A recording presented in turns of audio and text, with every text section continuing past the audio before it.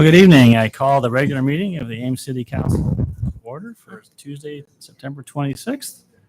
And before we begin, I've asked Brian to review a new feature that we are just introducing tonight. And it is the ability to log in electronically to register if you're interested in addressing council for any items. So I've asked Brian to kind of go over it. And we still, do not want people to think that if you have not logged in electronically, you can't offer comment, because you can. But we're trying to make it easier for everybody. So Brian, I'll let you do a little quick explanation for us. Sure. Thank you, Mayor. Frequent attendees at city council meetings will recall the orange cards that we have historically used for people who want to express their interest in speaking about an item on the agenda. We have two different newer alternatives to replace these orange cards, so we don't have to interpret handwriting or guess as to pronunciation and things like that. So if you take a look at your agenda, you'll notice that we have a QR code on it now. If you wish to express your interest in speaking about an item, you can simply take your smart device and open the QR code, and that will take you to a page that looks something like this, where you can enter your name, how you pronounce your name, if you desire, and then your address and city, and then enter the item number that you'd like to speak on. And that information will make its way to the mayor, who can then call you when the time is right. If you don't have a smart device and you attend the city council meeting, we have an iPad that's set up outside the front door to the council chambers, which has the same survey information on it. So you can fill that out to register your interest in speaking, and we'll get the information the same way. If you're not comfortable with either of those, we do have a small supply of the orange cards as a backup. And then certainly you can simply state your name and address for the record at the time you get up to speak. Thank you. And we're going to ask for patience too, because this refreshes on my iPad, but if I somehow miss somebody, you can wave your hand and I will make sure you can still come up and address council. So anyway, we're trying to make it easier for everybody. So thanks, Brian. Thank you. All right, we'll start with, we have 3 proclamations tonight. So we'll start with the Eco Fair.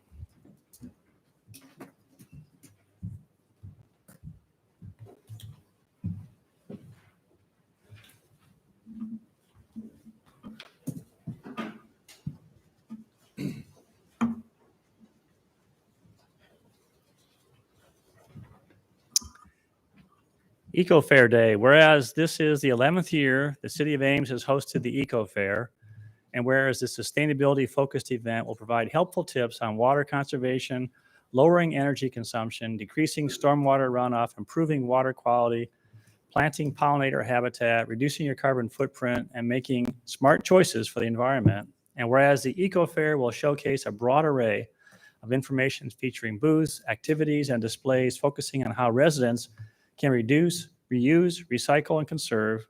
And whereas this year's event also features electric and hybrid city fleet, privately owned all-electric vehicles, bookmobile, a small version of the repair cafe, and information about expanding housing options in Ames. And whereas the Eco Fair will include energy-saving products and services, conservation information, and displays about the City of Ames EcoSmart programs, which include energy, water, watersheds, and trash. And whereas vendors and organizations from around the community and Iowa State University will also be participating in the event.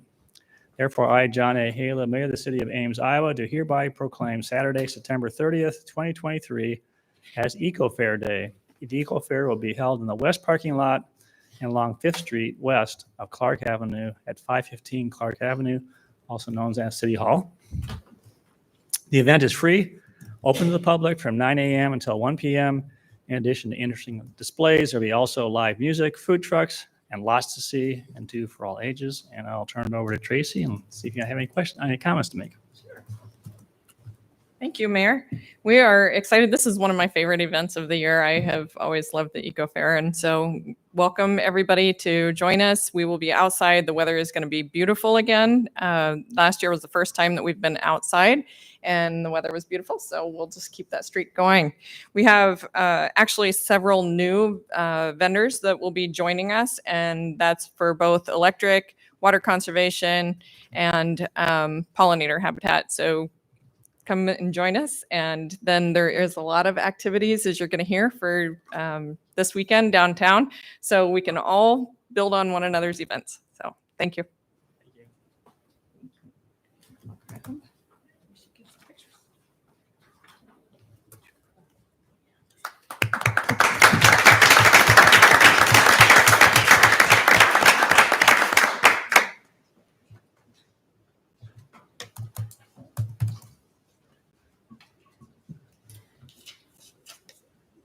All right, next is Pride Fest Day, and I invite Nikki Port, Katie, Tyler, and Amanda to come up here and join me up front.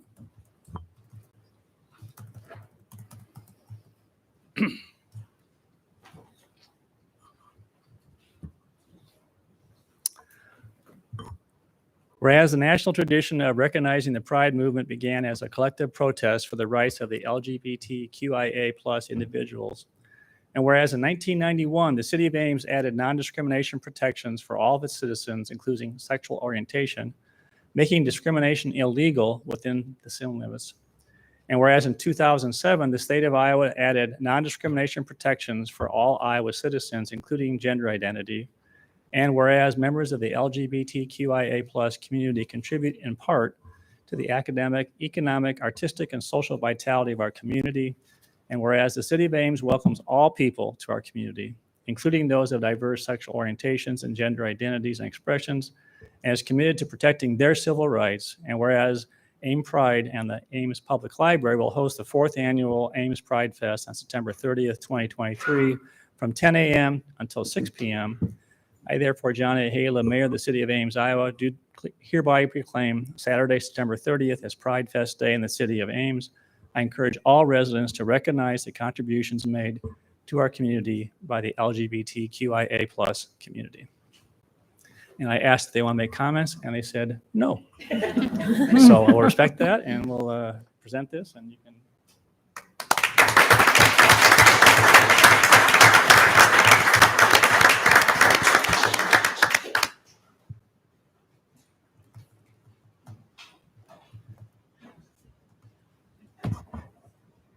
And yes, it's the Tracy Peterson show.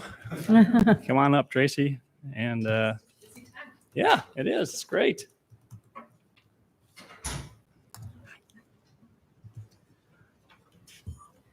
The last is Watershed Awareness Month.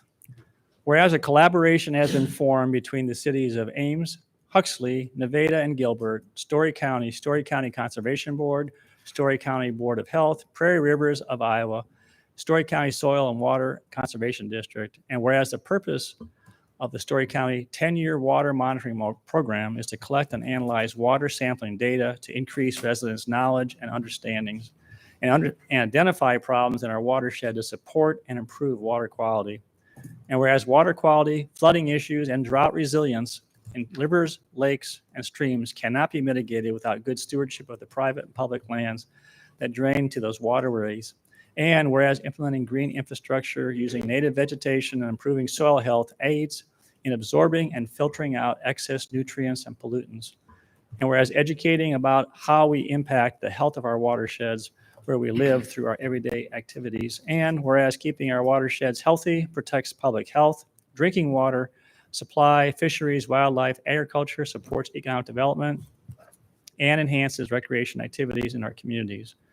Therefore, I, John A. Hala, Mayor of the City of Ames, Iowa, do hereby proclaim the month of October 2023 as Watershed Awareness Month. I urge every citizen within Story County to recognize the importance of the watershed in which you live and to commit to learning and identifying how you can make a difference even in your own backyard.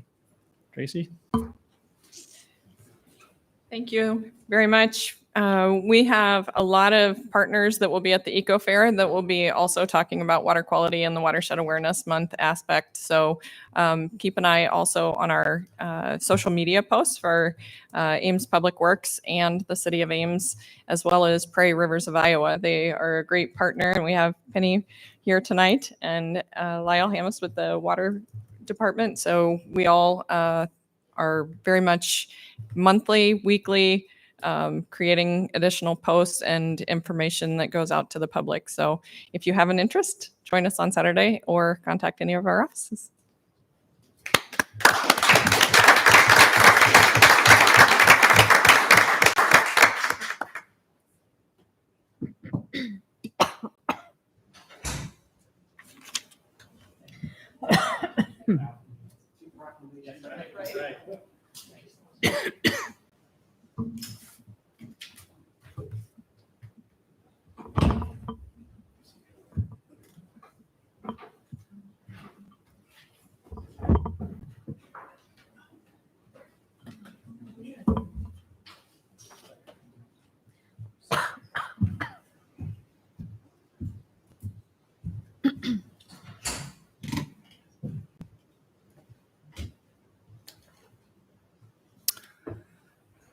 All right, we'll move on to consent. Do council wish to pull any item this evening? Mayor, I'd like to pull items 21 through 25. Okay. Anything else? Hearing none, entertain a motion to approve consent less items number 21 through 25. So moved. Second. Thank you. Roll call. Aye. Aye. Aye. Aye. Aye. All right.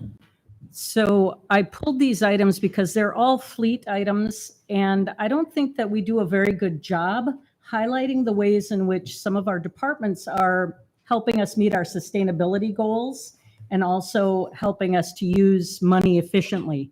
So I'm hoping that Rich can talk to us about how these fleet items fit with our sustainability goals and green transportation goals, and also how they're an efficient use of city funds for replacement vehicles. Absolutely. My name is Rich Iverson. I'm the fleet support manager for the city of Ames. And for a number of years, we've worked diligently to try to make the fleet more green.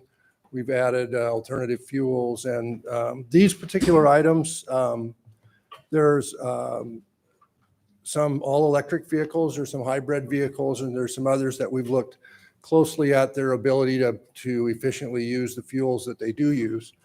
So we have, first of all, I think we're talking about 5 small pickups, 3 of which are going to be in service to the community and the workers that you'll see out on the streets. These vehicles are hybrids. They have 40 plus miles per gallon in town, which is outstanding. And then we have 2 Ford Lightning pickups that are going to come on board in about 4 or 5 months. And those will be a really good step and a good piece of the plan that we're implementing and moving into the electric vehicles. We've had assistance funding to get this job done, and that's been put well to use. These pickups cost relatively the same as what we've been paying for F-150s. Tailpipe emissions are 0, and we're going to be able to have charging facilities available for those vehicles at their home base here in Ames. They're ideally suited for what we're doing, and they're going to be a great way to demonstrate how well these will work in our community, not only for the city, but for the citizens as well. We have another item on here, which is it's a hybrid wheel loader. And that is about 30% less fuel than an equivalent loader of the same size. We've been using these for quite a while. They keep getting more and more efficient with their fuel use. They use a lot of fuel. And so that makes a big difference in what we do. So we're working hard, and the money's going to the right place. And I think that we're going to see where we're making great strides going in the future and demonstrating what we can do to reduce our carbon footprint. Thank you. Yeah. Rich, I think you might just comment too on that wheel loader. It's an expensive investment, but the tires are solid rubber, and I read that they're $40,000, and there's a cost savings by using electric. You may just comment on that too. That's a big deal for us. Absolutely. And twofold. Number one is that as we know, rubber is a highly carbon product. So it is by reducing the wear on those tires, we're able to reduce that by about 50%. And then the other thing is the lasting of the tires last longer because of the traction control on the loader. The loader's a little bit heavier, and the electronics that help that make it so that it's going to save a lot on those tires. And it's a tremendous savings in carbon and money. Yeah. Thank you. Yeah. Thanks. Is there a motion? I would move items 21 through 25. Second. Thank you. Roll call. Aye. Aye. Aye. Aye. Aye. Aye. Thank you. We'll move on to public forum. And go ahead. Rutro. Brian. I just had it.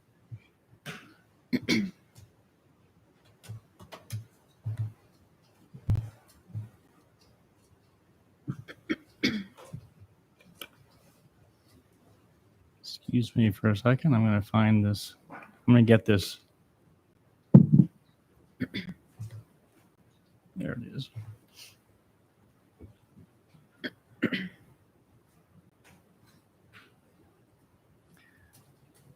Will Detterman, do you wish to address council? Thank you for your patience. Okay. My name is Will Dieterman. I live at 1008 Lincoln Way. Today, I'd like to talk to you about South 4th Street. For those who are unaware, South 4th Street, it's located right behind East Hy-Vee, goes by O'Neill Park, Stewart Smith Park, all the way to University there. It's also closed today, oddly enough. But today I'd like to talk a little bit about why it is 4 lanes and why it probably shouldn't be 4 lanes. South 4th Street, when you look at it, it just seems kind of out of place. It looks like it's from a bygone era, and it kind of is. It's from a time where we used to kind of expand roads bigger than we really needed to.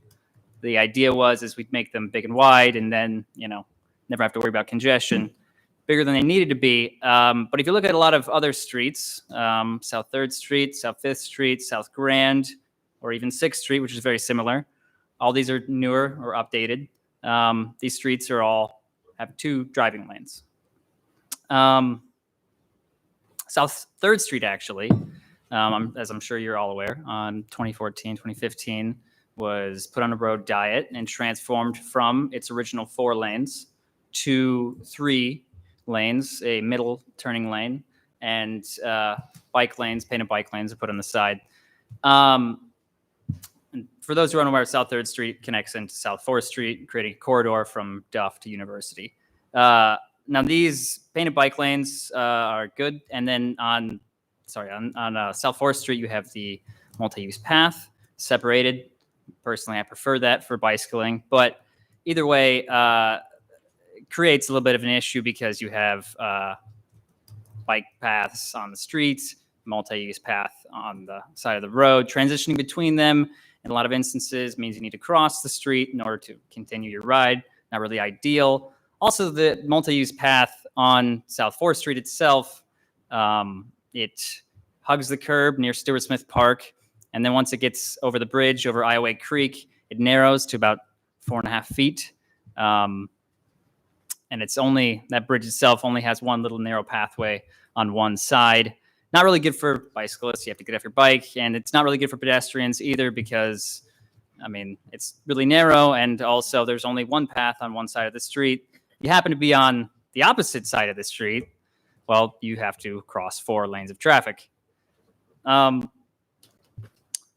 So that is an issue, but it's not really the reason I'm here tonight. The reason I'm here tonight is because South 4th Street is an incredibly unique street. There's really no other street like it in Ames. I can't think of another street that has high density housing, 2 parks, a supermarket, a pharmacy, is in walking distance to downtown Ames, and also to top it all off has a major transit route on it. It's incredibly unique. And the fact of the matter is that as amazing as all these amenities are, there's a barrier for anyone living on South 4th Street. And that's the street itself. It's 4 lanes wide. And in order to get to any of these amenities, you need to cross the street. The city has approached this and realized this in certain ways. They have added a crossing near Stadium View Apartments. It's a RRFB, a rectangular rapid flashing beacon, which we have a lot around the city. And I actually think they are very useful if they're used properly, usually in conjunction with narrowing a street. South 5th Street uses them really appropriately over by Aldi, as well as over by Brookside. They're used very appropriately. Now, they're not always used appropriately. Usually when they're just slapped onto a street without actually changing anything in the street, it's more of a Band-Aid solution and doesn't really fix the fundamental problem. Really quick, I just want to talk. Could you draw your comments to a close, please? Yes, I will. Thank you. Very shortly. Just really quick, I wanted to mention the costs. Obviously, probably all of you, or at least most of you, would be like, yeah, this would be great if we could narrow it, but it's really expensive and it's not in the budget. I actually don't totally agree with this. We could redesign a street pretty significantly on a shoestring budget. With construction companies do it all the time. Get some cones out there or some bollards, painted lines, very cheap. I know it's not I know it's not pretty, but it would actually affect the people who live on there. And lastly, I just want to say that this is really about like safety and respect to the residents who live on South 4th Street. If we want to create communities that promote a healthy lifestyle, multimodal transportation, and general safety, we need to be more critical of our street design. Thank you. Thank you, Will. Is there anyone else that wants to address council tonight under public forum? I don't have anything else electronically.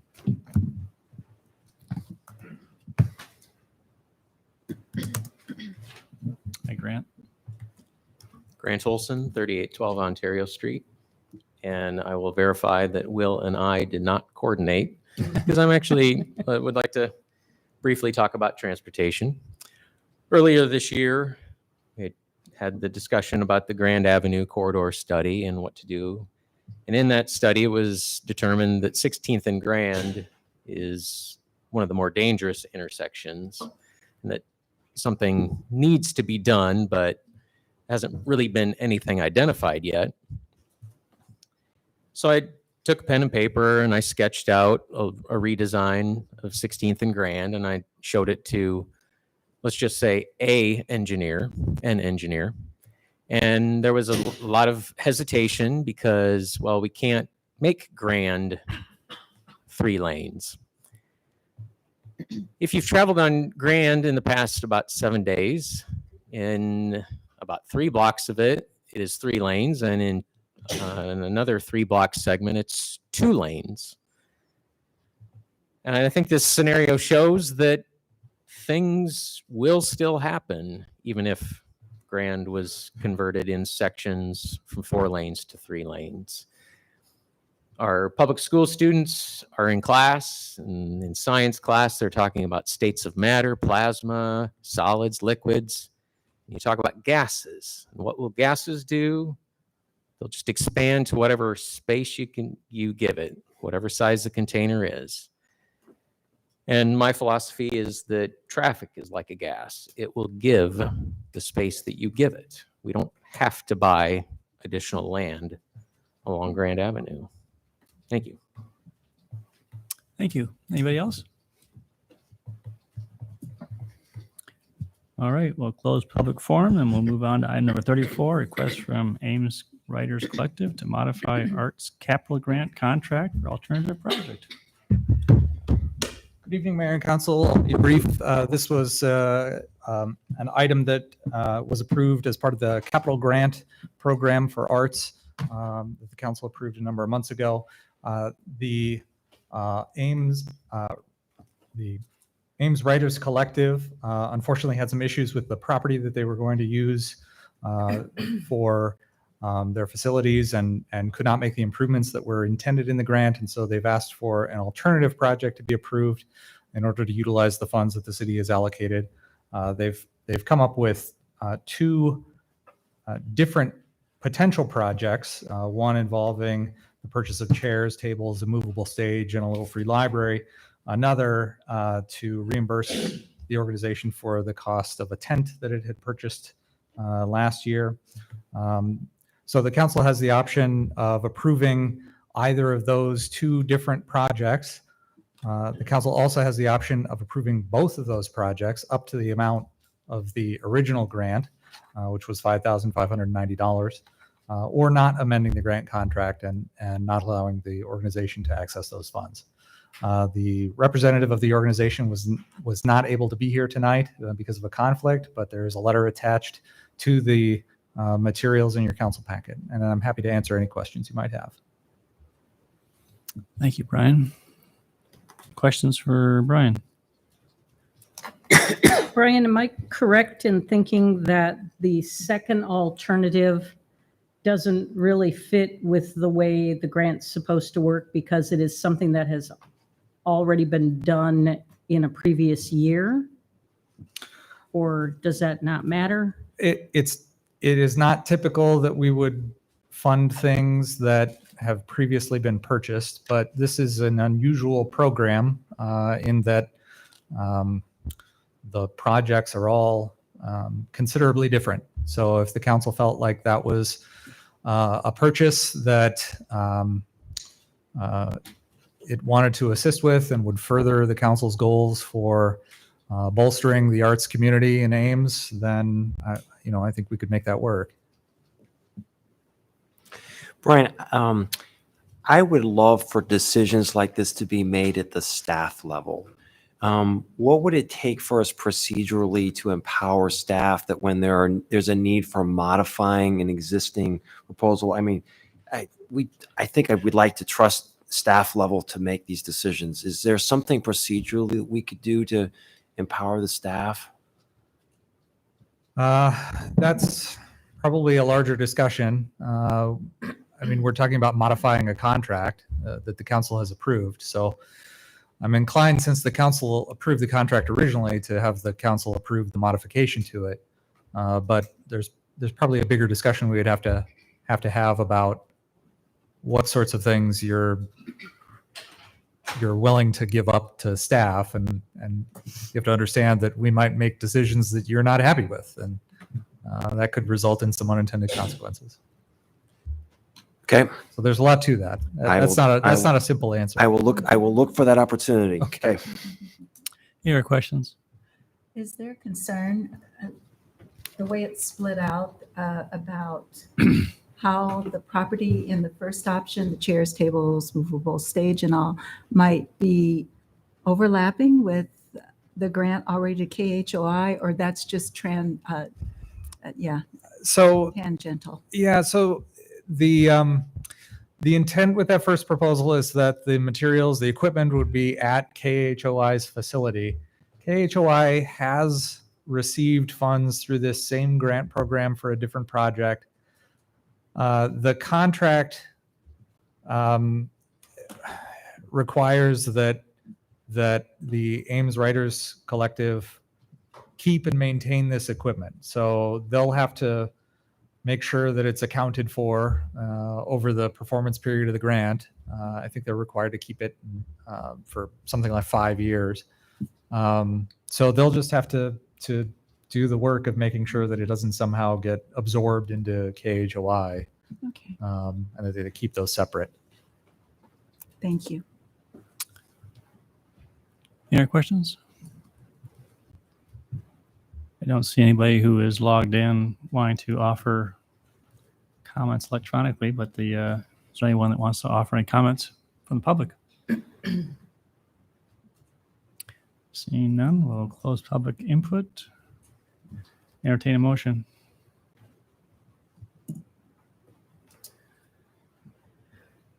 I'll move option 3 with the idea that they would be able to monitor this equipment in another location and make sure that it makes it on to their new location once it's available. Is there a second I'll second. discussion?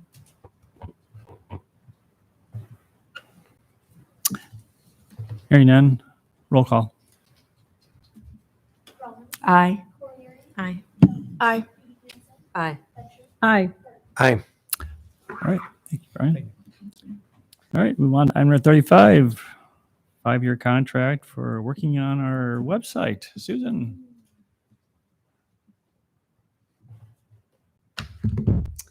Well, good evening. I'm excited to be here today with the proposal to renew our contract with Granicus and add some improvements to our website and include hosting for our video archive, the website itself, and our new peak agenda management system. So just a little background about our website.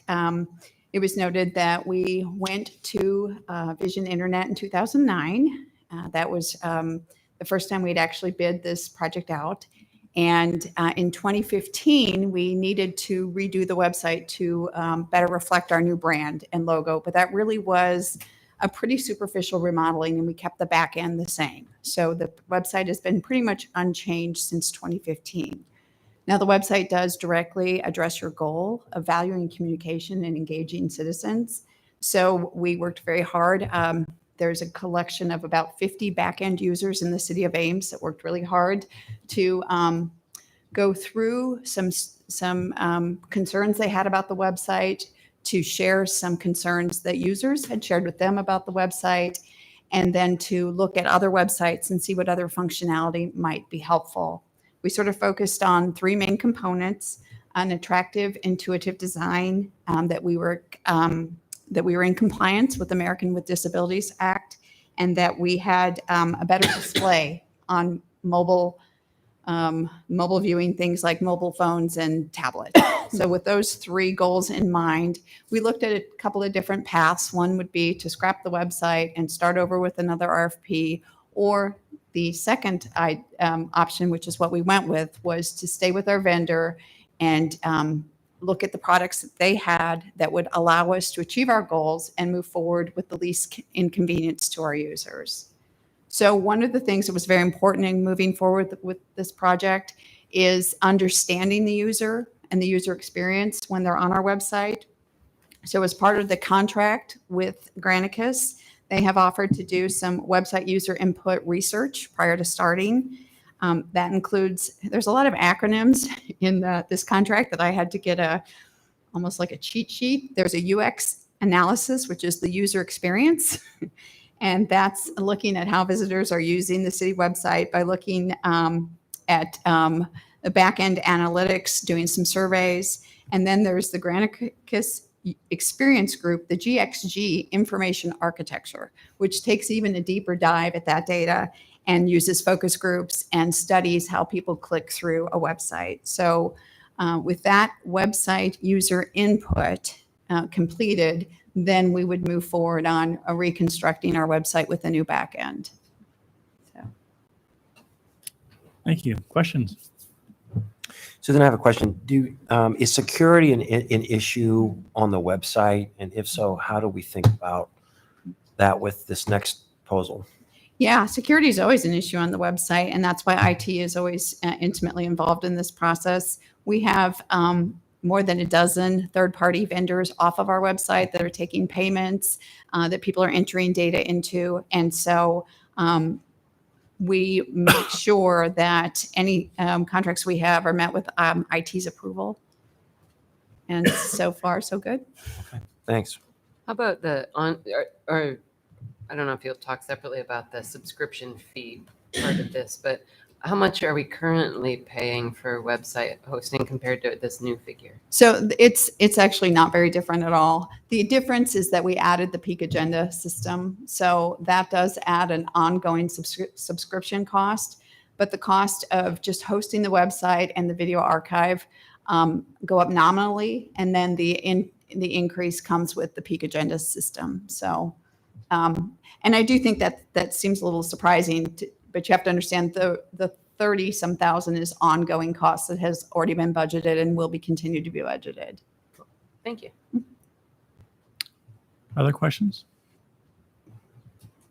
Can you just comment on how the user groups will be arrived at for getting the initial feedback and desire for what a website might look like or how it might operate? Well, that's a good question. So one of the things we've done in the past, and we intend to do this time, is survey users when they come to our website and ask them, if you're here, will you fill out a quick survey about what you like about our website, what you find frustrating, or what you don't like? And then also we'll work with Granicus. They have identified that we could invite people who are current users to come in for a more in-depth study on how they use the website. And one of the groups could be, for example, a council group of users, and we could have a staff group, and then we could have we could open it up to just general citizen users. Seems like it might be useful to find out from people who don't use it why they don't use it, because I know a lot of people who just avoid the city website because they've had one bad experience with it. Yeah, websites are really subjective, and even changing the website was going to probably open us to some criticism to people who like it. We could bring in people who haven't used it in the past because they like it, the new website, but a change is hard. Change is hard for everybody. I mentioned the website is really important, and that we have an accurate and timely and readable website, because it's the most commonly listed source of information from so many of our citizens on the resident satisfaction survey. We know people are using it. We get between 2,000 and 2,500 visits every day on the website. We have more than 1,200 pages of web material. So it's massive and it's growing. And one of the things in going to a new back end might be maybe getting rid of some of those pages and determining what we do need to keep and what we can redo. So it's a process of change, and there are probably people that do like it and won't like a new one, or don't like this one and might like a different one. So it's a situation where we're trying to sort of meet in the middle with how can we have a high functioning, a valuable asset to the community that meets so many people's needs. It's a challenge, but I think that our crew is up for the challenge. But we can look for people who don't use the website. That could be an interesting group as well. Susan, you mentioned something I think is important to note.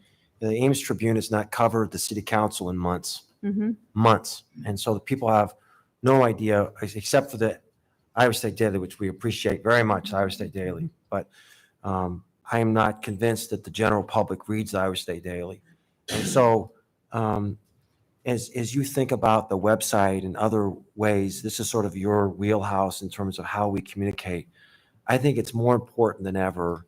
I've never been more keenly aware of how important it is for the public to have an understanding of what we're doing so we can receive input from them. So I think this is a really important next step.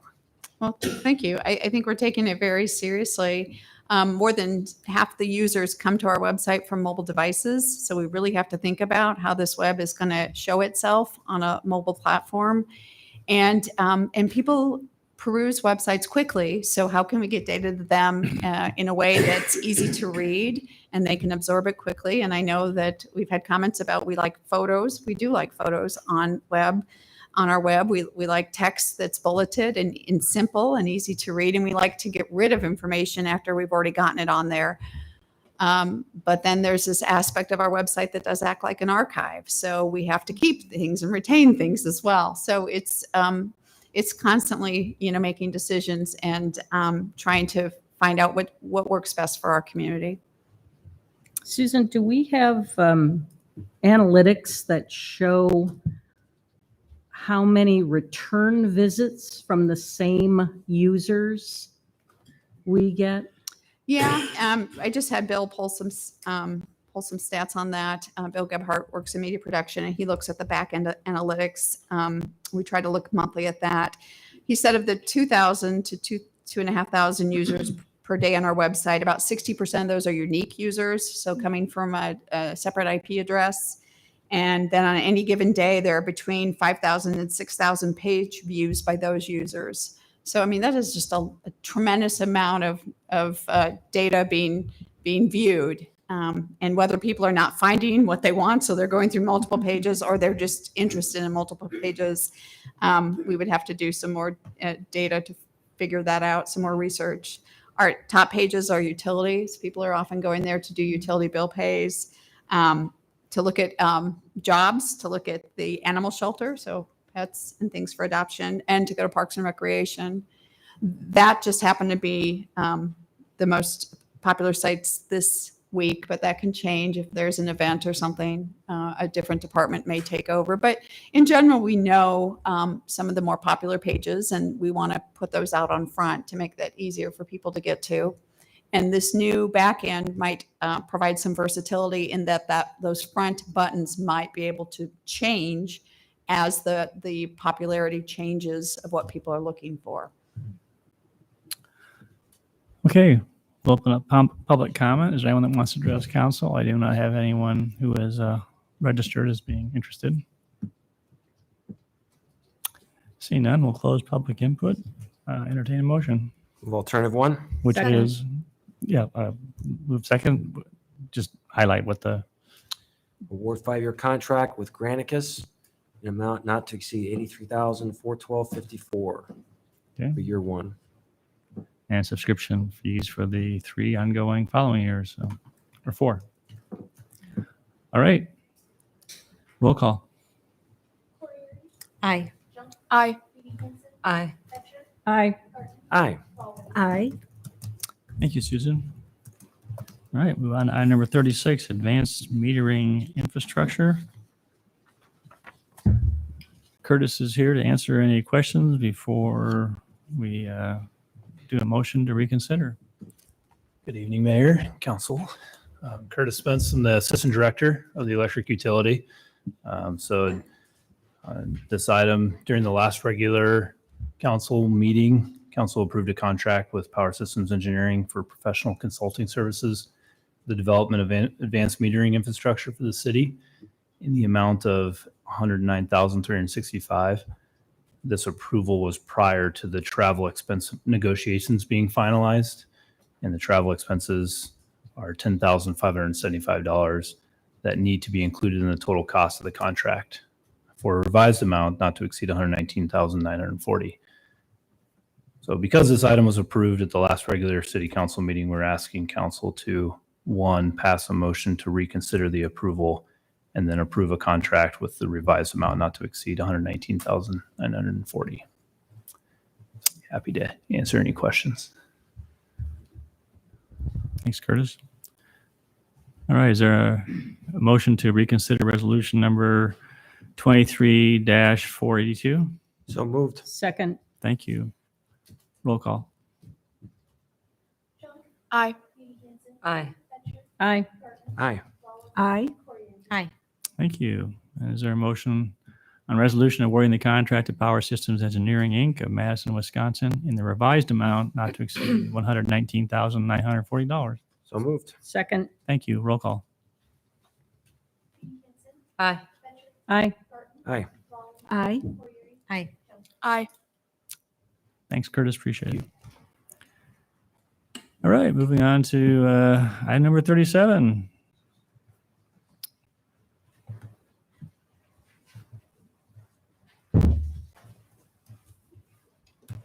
Good evening, Keith. Good evening, Mayor and City Council. So this item, very happy to announce we have 3 individuals in the community that are willing to donate some property to the city of Ames. We'll have it up here on the screen in a minute. Property is at 1000 Jarrett Circle. Property owners, we have 2 of them in the audience today, Herman Kornbach and Lee Tesfayon. And then the third person is Bill Gutowski. They own this property that's shaded in blue. And they had bought it at one point because they didn't want to have any development there. Right now, what they want to do is they want to donate it to the city and have it become part of Emma McCarthy Lee Park and Munn Woods, that connection. So they do have a couple of stipulations. One stipulation is that it does become the park and part of the park, and it does stay kind of in its natural state, which is what we want to do is we'll just manage it like we do any other part of the park. We really like this piece of property because it does provide an area for future access to the park. And that's the second stipulation that the property owners have, is that we would not put a formal access on this property, such as stairs or something along those lines, for 20 years or such time that Herman and Lee vacate their property, which is adjacent this property. So we think it's a very generous offer. It fits with what we want to do, provide a great access in the future. So we right now are asking council to accept the donation and then direct staff to work on the deed of transfer, and we would not need to bring that back to council in the future. So really right now we're asking to accept the offer. I will say, I'll flip this over just real quick.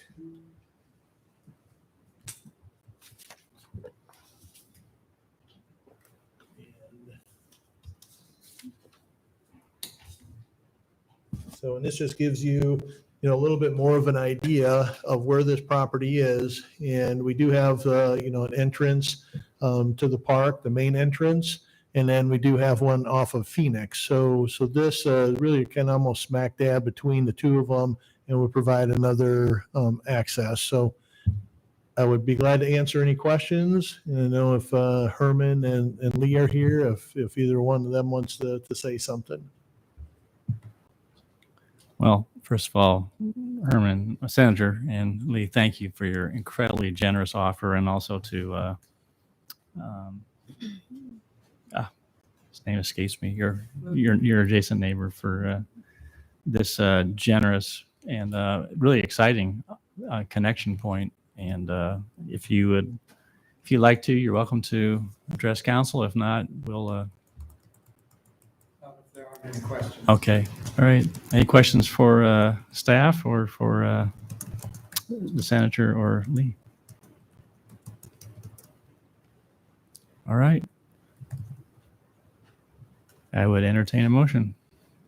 I would move that we accept the donation of 0.6 acres of land at 1000 Jarrett Circle with the stipulations cited in attachment D, and direct staff to finalize the deed transfer for the current property owners to the city. Second. All right. Move second. All right. Roll call. Aye. Aye. Aye.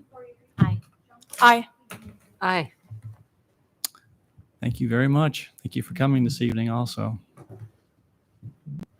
We'll move on to item number 38, staff update on items related to the Fitch Family Indoor Aquatic Center. Yeah, so we have more. You can tell me that. Not quite yet. So, with the Fitch Family Indoor Aquatic Center, we do have several updates, 3 items that we're going to just touch on. The first item is just in regards to submitting aquatic plans to the state for review. And then the second item will be recommendations from Impact 7G regarding environmental recommendations with the site, considering the contamination that is on there. And then the last one is regarding funding from Story County. So with the first one, with the aquatic center plans, and in the council action form, we kind of highlighted what we need to do with the state. And really what we need to do is we need to get a construction permit from them. And part of that construction permit is submitting engineered stamped drawings. We don't get engineered stamped drawings until we have the construction documents ready for bid. So generally what happens is when consultants do this, we will put the documents out for bid, and at the same time, we will submit the plans to the state for approval. That process takes 4 to 8 weeks, but we do need to get a construction permit before we start any construction on the related to the aquatics.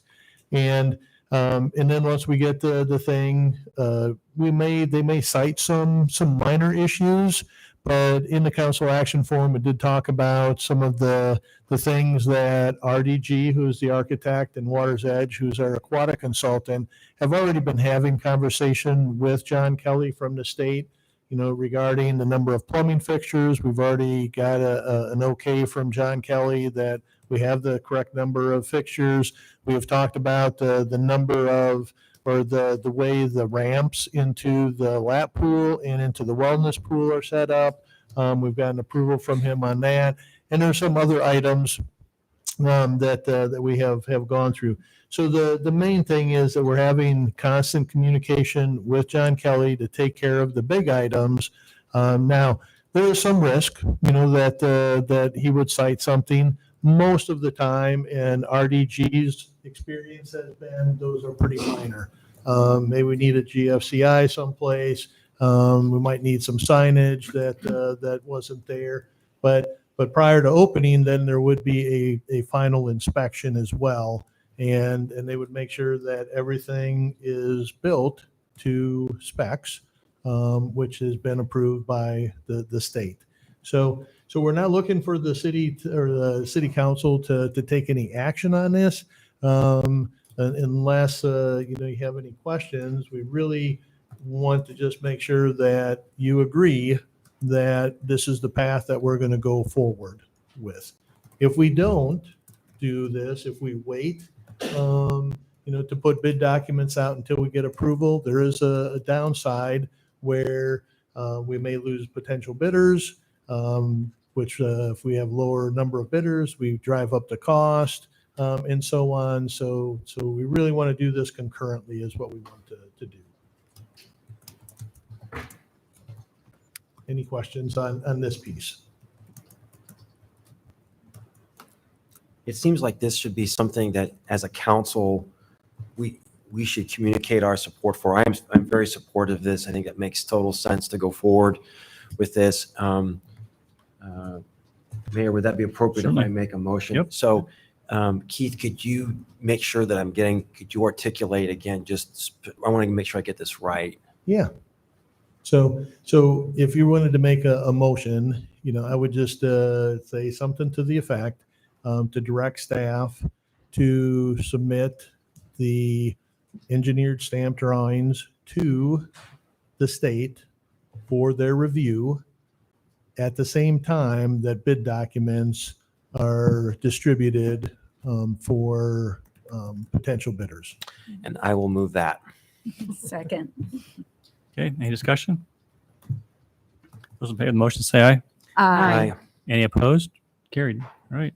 Okay, so the second piece is Impact 7G is under contract with the city of Ames for recommendations related to environmental concerns. So just as a review, what we want to do is remember there is contamination that has been found in the northeast corner of the property. So you can see where St. Cecilia, the old St. Cecilia School, which is DOT called it the North Annex. So this is based on what was found in 1994. This was kind of where the contamination, and this is kind of a subjective area of what that contamination plume, looks like on the site. So kind of on that northeast corner, and this is based off of where contamination has been found. Now, recently with some of the additional borings that we have done, or Impact 7G has done in conversation with the DNR, what this one is the DNR basically is saying that the shaded area is where is off limits for the geothermal field. They do not want us to go into this area. And as you can see in the box, so some of the abbreviations. So what they have done is due to contamination above SWS, which is statewide standards, and the PGWS is protected groundwater source, and the non-protected groundwater source. So, and like they've said, they have extended these to kind of take a look at where we have not seen or have not seen any contamination. So this is larger than what the plume is, what we showed you in the first one. It gives you an idea of where the contamination is and where we're off limits for the geothermal field. All right. So with the recommendations, from Impact 7G.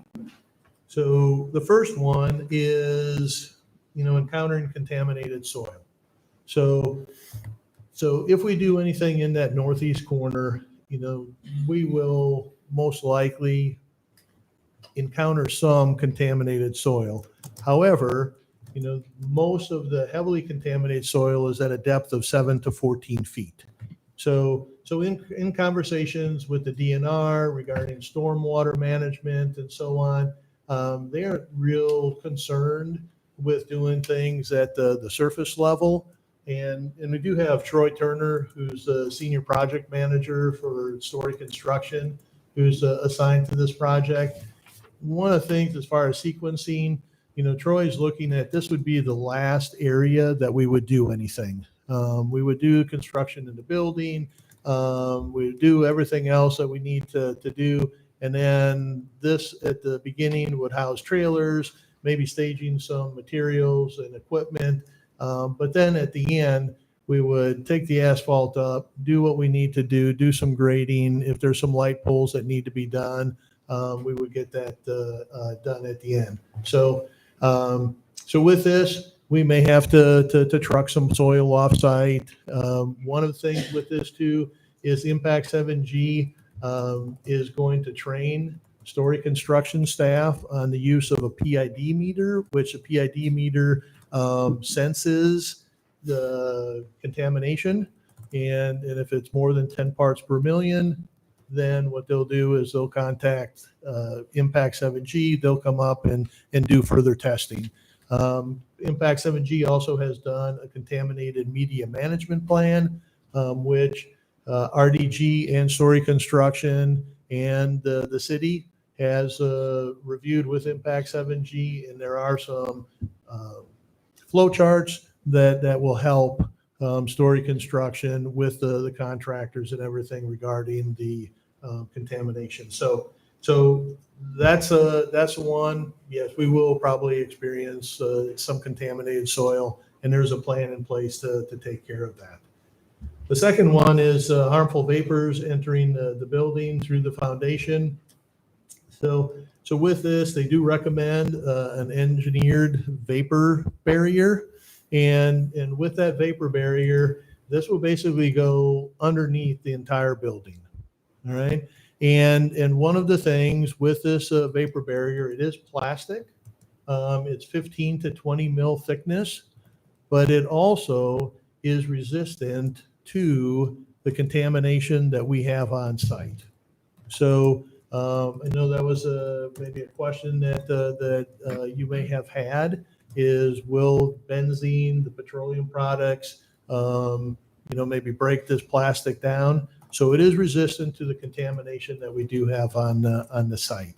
And I will also say that with benzene, with the levels that we have, benzene is a unique thing. The vapors can permeate through PVC piping, which we'll get to in a little bit, but it doesn't necessarily break the pipe down.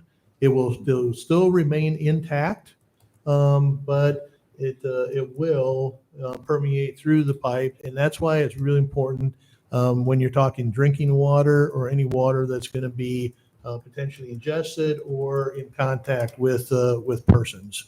So do the vapor barrier, and then the other thing is in regards to this is harmful vapors found in the building. And they are not recommending a vapor mitigation system, kind of like some of us may have in our house for radon.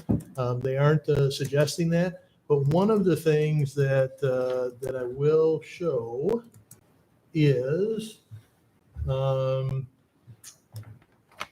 this is this diagram here. So there are drain tiles around the foundation and around each of the basins. So I'm not going to exactly point out where those are and everything, but the main thing to look at is that circle to the left and below, well, below the dark spot. Can you point to that? Yep, that right there. So what that is that's a manhole. Right now it's about 17 feet deep, and all of those drain tiles will flow into that. So it's kind of a sump pump. It's outside, but what will happen is that water will drain from around the basins, go to there, and then that will be pumped out to storm.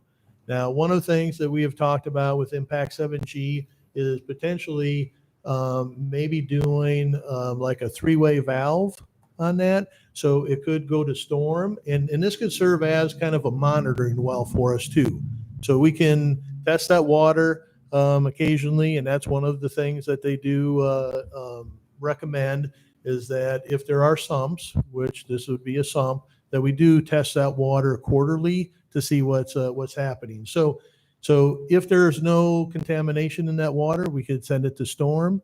If there is contamination, but below the limits that WPC accepts, we can send that to sanitary. If it were above those limits, maybe we send it to some type of a storage tank or something along those lines. So there are a couple things that we need to still work out. Now, one of the things also is we can also test this for harmful vapors, because if there are vapors underneath the building, they will gravitate to those open spaces, and we can test this for vapors as well as test the vapors in the building or the air in the building. But if there are vapors in this area, what we could do is we could add a vapor mitigation system to this pump, and then suck those vapors out and then expel them into the air. So there's a couple things in regards to the vapors. Keith, can you explain? So if they test the water, typical sump pump just discharges it to the storm drain. Yep. What I heard you say is that if there's any contamination, it has to go to a sanitary sewer. And if it goes above a certain threshold, it has to be actually pumped out and taken to and treated. So do you have any idea how they're planning on implementing that? So you're not basically out there with like the Wizard of Oz trying to pull levers behind the scenes all the time? Because to me, it sounds like that's a pretty complicated system that you're trying to. Yep. So this is just a conversation that I had with Impact 7G prior to the meeting. So this has not been developed, fully, but at least it gives you an idea that because initially we weren't sure if there was even a sump in the building, but we do have this. So it's something that we do have a meeting every Monday morning that it consists of RDG, Story Construction, and then city staff. And we talk about these types of things, and then we get additional people wrapped in or subs wrapped in when we need to. So this is something that we need to discuss further and see if it's something that we even need to do, should we do? But so I just wanted to mention that is an option, but we don't have it fully baked. Well, we're just trying to think ahead in terms of staff time, staff trying to work with it, and trying to anticipate that if you have to shift the valve from discharging to the storm that would pump right into the sanitary, that you could push by either mechanical means or some kind of electronic device or whatever. I mean, that's a pretty complicated system, and I think they can work through. It's just trying to think that hate to have you out there trying, I mean, I just think it's being reasonable. So anyway. Yeah. Oh, sure. So one of the first thoughts I've got is oftentimes in tanks, the only time you really need to dewater the ground around it is when the basin is empty. Because what you're trying to prevent is uplift on that basin to float it out of the ground like a bobber. So that's definitely one of my first questions on Monday with the group is what's the intention of that drain tile? Is it 24/7, 365, or is it just when a basin is empty? Good point. And your question, like before you get to the next point, Yeah. type of drain tile, again, we're anticipating no problems, but Impact 7G has made it very clear they wanted benzene resistant materials. Is there a benzene resistant drain tile? Because typical drain tile is just a black coiled PVC type product, which probably would not be benzene resistant. Yeah. Yeah. So we do have Megan down and Matt Deutsch, who's with Impact 7G. They're on. One of the conversations that I had with Matt today, again, with the levels that we have for benzene, and the DNR has even said this when RDG has had conversations about stormwater management. The DNR has said that the benzene levels on this site are about 1% of what he would be concerned with. So it's pretty low. And that was one of the things, and Matt can talk about this a little bit, or Megan, is that with the levels that we have, the impact on some of the plastic piping, such as the drain tiles are perforated plastic. Will they be severely impacted? Probably not. But that's another conversation that we need to have is what do those materials look like? So that's something that we'll be talking about on Monday as well. But Megan or Matt, do you have? Well, and just before they say anything, their report, which is included, specifically says there's a likelihood of occurrence is medium, and they have potential issues, and their report specifically stipulates certain types of materials. And so if they're going to be changing their report, I think it's important to have that in writing, if they're changing their interpretation. Yep. Because we're just counsel, and I was just going on what is actually included in the report, and they're pretty explicit in terms of what can and can't be used. Yep. No, very, very well said. So Megan or Matt, do you have any? Yeah, this is Megan from Impact 7G. Matt was not able to get on as he's out in rural Texas. So I just wanted to clarify with everyone as far as the recommended materials, the petroleum resistant lines are really only for water lines. And that's just because if, for instance, if you had a PVC water pipe sitting in straight benzene, it will be able to transfer through that pipe into your drinking water. Now, when it comes to this sub-pump piping that we're talking about, I wouldn't necessarily recommend PVC resistant piping for that. Really, we only recommended the petroleum resistant piping. I would recommend, the only reason I recommended that for the water is because we're trying to take, every level of care to make sure that no one is being exposed at this site. If this site were actually in a program, like the MUST program or the contaminated sites program, I honestly don't think that even they would require to have the petroleum resistant piping. This is just an extra layer, an extra precaution that we're taking at this point. Then I would like you to change your report, because on item 6, it says potential concern, benzene affecting PVC piping for water, sanitary, and stormwater. That should be changed to say PVC piping for water only. And then we will base, then the consultants can base their decisions on that. And then we'll expect, if there are issues, as you're on record as saying that sanitary and stormwater are not an issue then. Because that's what you have in your report. Okay, we can definitely amend that. This is a very complicated project, so I mean, there's been a lot to it.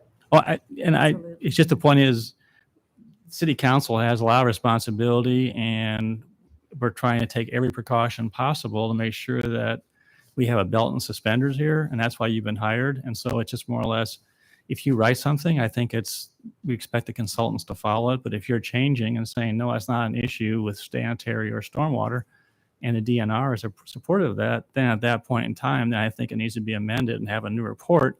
And then RDG and their consultants can go ahead and follow that accordingly. Yep, I agree. All right, so we've kind of talked about a little bit, groundwater contamination, in the excavation during the, construction.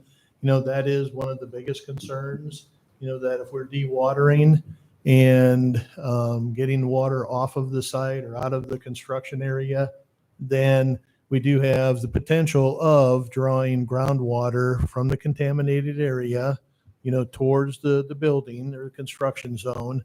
And with that, there is potential that it brings with it, some contamination. So there are some recommendations there in regards to testing the water, dewatering,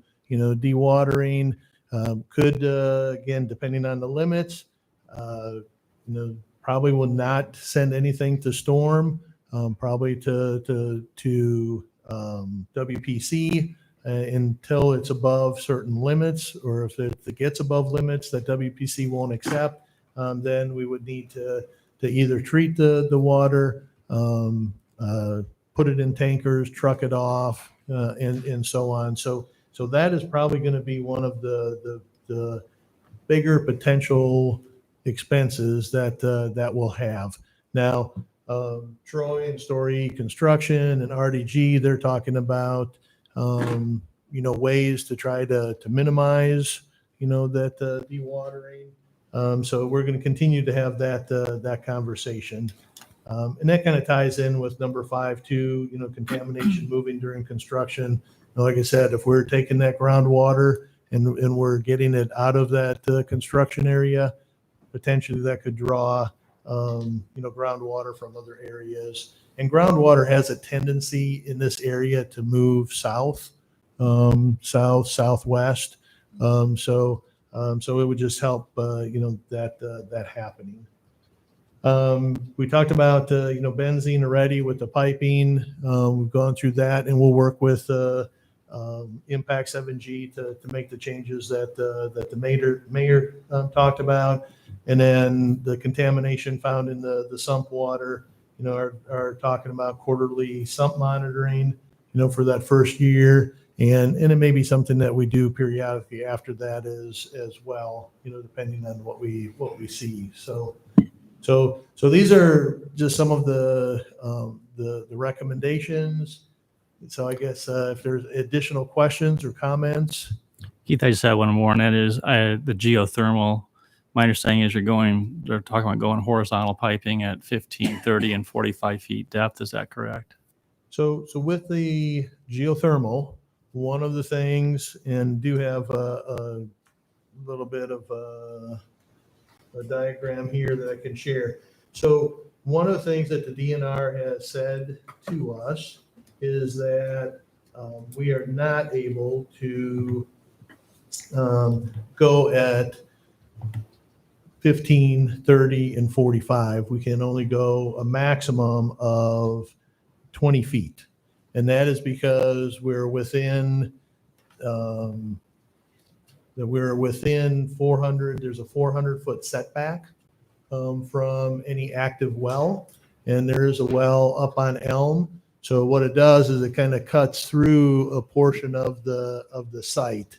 So to be able, we can still do horizontal wells. We just have to do them probably at about like 15 or 18 and 20 feet. We can't go below 20 feet. So We're going under the building? So we'll be going underneath the building, and this has been done before, and we have had conversations with KCL and A1, which is who installs wells. We've had conversation with them. So with it, we still see the benefits. with it. And then we'd have a little bit of a well field in the northwest portion that would run north and south. But under the building, I know some of the concerns are, well, what happens if one of those loops either breaks or stops functioning? So what would happen is that loop would just be shut off. It would be isolated, and then it would not be used. We're not going to rip up, the building to try to fix one of those loops. We would just isolate it, shut it off, and then that wouldn't be functional for the rest of the time. So you're saying that each one of those runs is a separate loop? Yes. That's not the way it's drawn. There's a header that goes along there, and you can't shut those off independently. So there'd be if I remember right, on the header there would be an isolation valve for each one of those lines. Well, the advantage of having horizontal under a parking lot, you can get to it if you need to, or take care of it under a building. And so the point is, I understand the loop and shutting it off. It's just once I would ask you to review that with a consultant from that standpoint. And the other thing is, the question is that now maybe this has changed because of Megan's comment, is there any concerns with not having benzene resistant piping for the geothermal piping? And again, degradation, pitting, potential leaking, and deterioration from that standpoint. And if her answer is no, we want to have that in writing. There's no problem using geothermal and this kind of piping, because I think it's very important that we don't want to have in 10 or 15 years a geothermal system that we can't operate, because we can't go vertical, right, and we can't go very deep. If this doesn't work, we got to change mechanical systems then. Yep. Yeah. So again, like I mentioned earlier, the benzene will not impact the levels that we have on site, will not change or make that piping fail. Okay. All right. And that is something that had a conversation with Matt earlier from Impact 7G. And with this, with the piping too, think of as, you can help me out, Troy, but you'll have kind of a sleeve that will be we put in the ground. There will be this loop that goes through where your fluid will run through, but then the rest of that area is filled with grout. So there is grout around the piping. So there is some added protection around the piping that the fluid runs through. Now they have done this before. KCL, who's the consultant on this, is not concerned, with it. So we will have, if there's concerns from council, we will go back and have more conversation with them. But this is what they've come up with. The geothermal, we can get, but what's shown right here can get about, they say 40 tons of energy off of it. It really helps us. There is a chiller. So what we can do is we can use the excess heat from the geothermal field and from equipment on site to heat the pool water, which is good from an energy conservation. We don't have to have the boilers running as often. The boilers would be there in case we exhaust all the heat from the geothermal field. So it's more of a supplemental heat source, but most of it will come from the geothermal well field. So that's one run or two runs, you said, under horizontally? They're two layers in each field. And what's the spacing? I don't remember off the top of my head. Vertically? I don't remember off the top of my head. It is on the drawings, 15 and 20, I think, is what I've heard. It varies. The well field underneath the building is different spacing than the well field under the parking lot. Well, the old rule of thumb was you wanted 15 foot on center between your wells, because the point is you're either rejecting heat or you're absorbing heat. And when they get too close together, the efficiencies of your wells go way down, because the point is that you're either overheating or overcooling that soil essentially. So your efficiency drops. So I Correct. presume that they're taking that into consideration and saying, I'm getting 40 tons of geothermal capacity in that well. But it's just, we're not here to redesign. Yeah, we'll ask those. I was not aware that we were doing this under the building until just now. Yep, we'll ask those questions. Keith, does the consultant well, I don't know how to describe the people who would be doing the geothermal. Yeah. Right. So do they know what the success rate is? They've done it, but do they have anything to say about how long the systems have lasted underneath buildings? They have not said anything, so that's a question we can ask.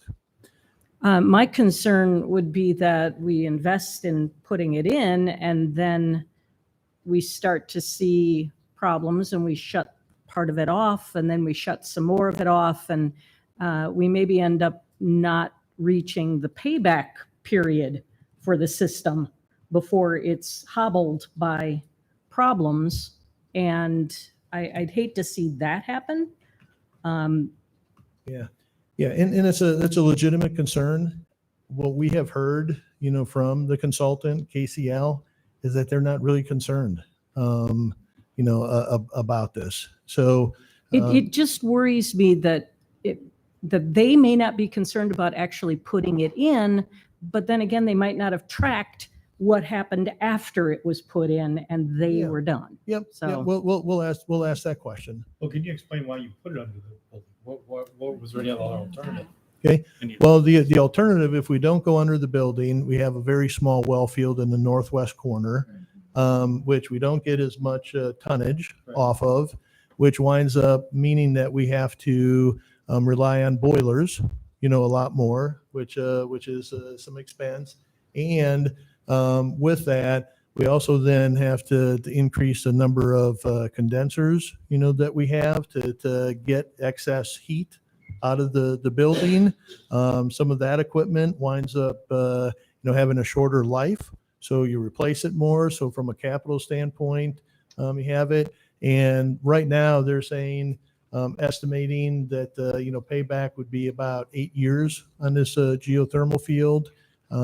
If we wind up going the other route, we'll save some money up front, but our operational cost is going to be a lot higher. And that is a concern. You've heard, the city manager and me say this, multiple times, operational expenses is really a concern for us. And we're trying to do everything that we can, to reduce those expenses. So that's one of the downsides of if we don't go underneath the building. But I understand your concerns. We'll have more conversation and we can either follow up with a memo or if you want us to come back at another time, we can do that as well. One thing I'd offer on geothermal systems is they are installed all over the country. It's a common practice. But if you have a loop go bad, you do not dig down to go repair it. These are all bored in horizontally, or in other sites they're drilled in vertically. So if you have a loop go bad, if you have enough of them go bad and you want to add to your system, you rebore new lines and you tie back into your header. You don't dig down to repair them. So that might be a concern for folks. Like, how do you get down there to fix it because you've got a building on top? Well, you don't. You bore in new lines if you need to. Well, that's just the point, though, is that our site is so limited. And once the DNR said you can't go any deeper than 20 feet, that was a killer. That's a game changer. It's a game changer. Yep. And that forced you to go into underneath the building. And to your point, you're not going to go in and fix them. But the point is that then how do you replace them in a very, very narrow window without damaging the existing ones that are already present and basically make a mess out of it, essentially? So, I mean, we don't have much real estate to work with for the geothermal system. No. And I don't question the potential energy savings. Just more or less, man, we're really shoehorning a lot of stuff underneath a building with tanks and drains and sump pumps and everything all layered in a pretty shallow space. So it's just a lot going on. Yep. Yep, no, we'll take these, again, we understand your concerns. We'll have more conversation with the consultants and follow up with some information for you. Keith, I have one other question. Yeah. How long is Impact 7G with us on the project? Through the end. Okay. Yeah, so there are several things, we've had, we have them under contract for doing some of the borings that they've done, to do the contaminated soil media or contaminated media management plan, which they've done. And then they're under contract for consultation, throughout the project. And they've been, Troy's been with meetings with them and we've had some really good conversations and some good dialogue back and forth and things. So any other questions or comments? So what's your way of ensuring that everyone is getting the same information, thinking about piping and tiles and all the various purchases that are going to be made, and then making sure that Impact 7G is involved? And so what's that communication process like? Yeah, so that's part of what we have had over the last month or so, a number of meetings, to just share some of this information and have that dialogue back and forth.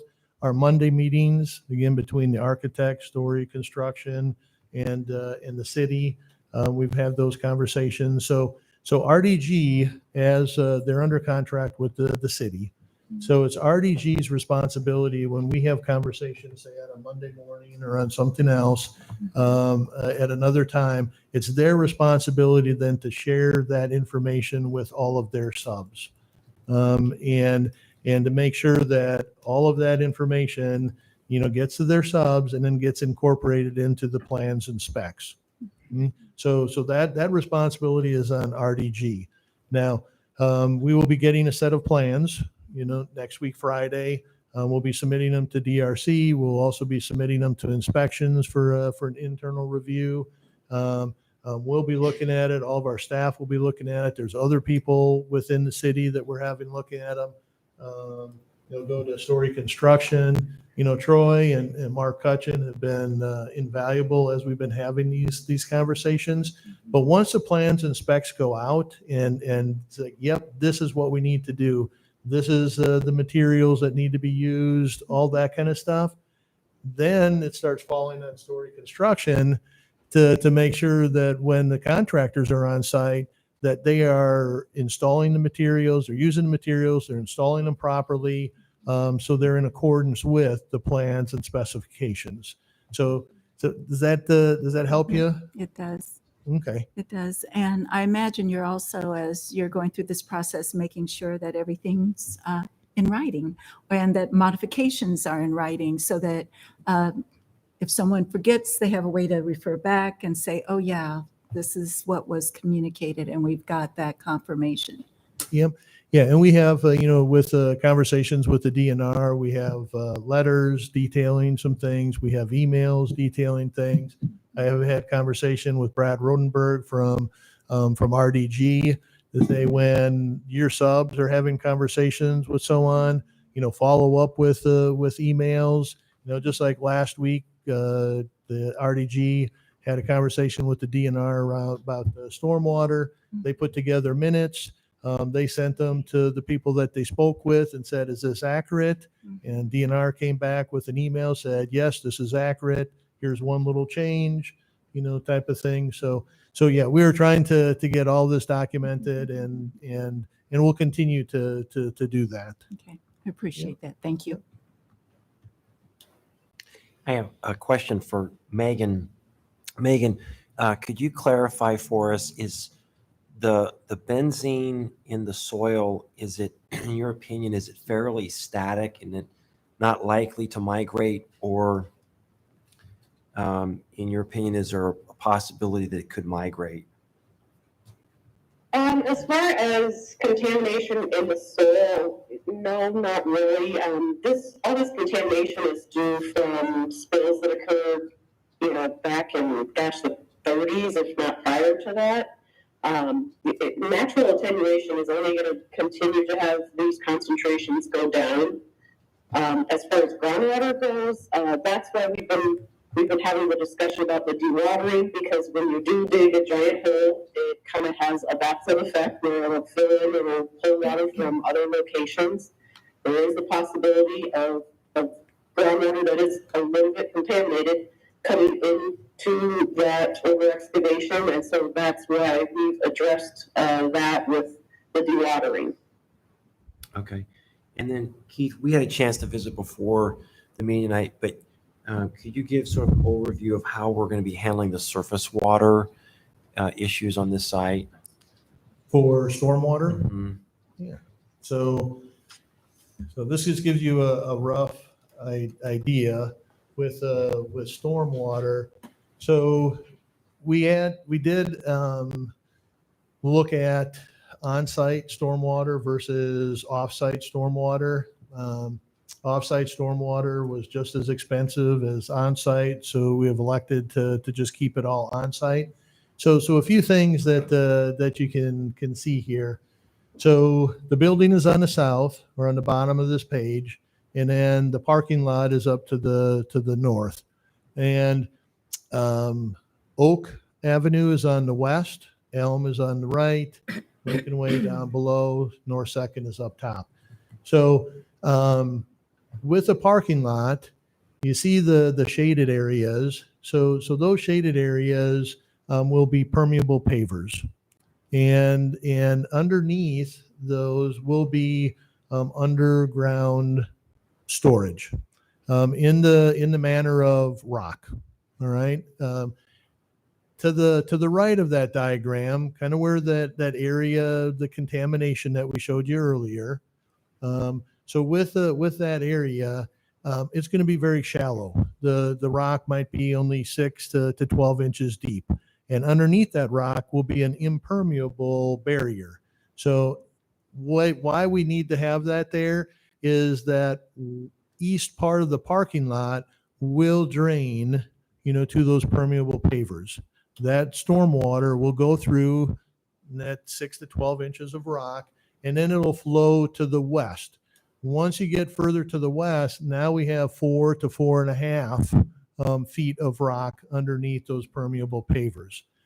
In addition, you see a couple of longer, narrower, thinner, if you can kind of point to those, within, no, up. Yep. So right above that. Yep. That thin area. Okay. So there are some piping under. So there is some piping that will provide storage as well. So it'll be an open area rather than the rock. Those materials have not yet been identified. There is generally they would do PVC piping. We could do corrugated metal. Could be concrete, but so we're still working through, what those materials will be. But then that stormwater will eventually go to the green areas along the west side of the property. That one up on top, right there. So that might be about 2.5 feet deep, be a detention area, and it will be for water quality. All right. So that will be water quality.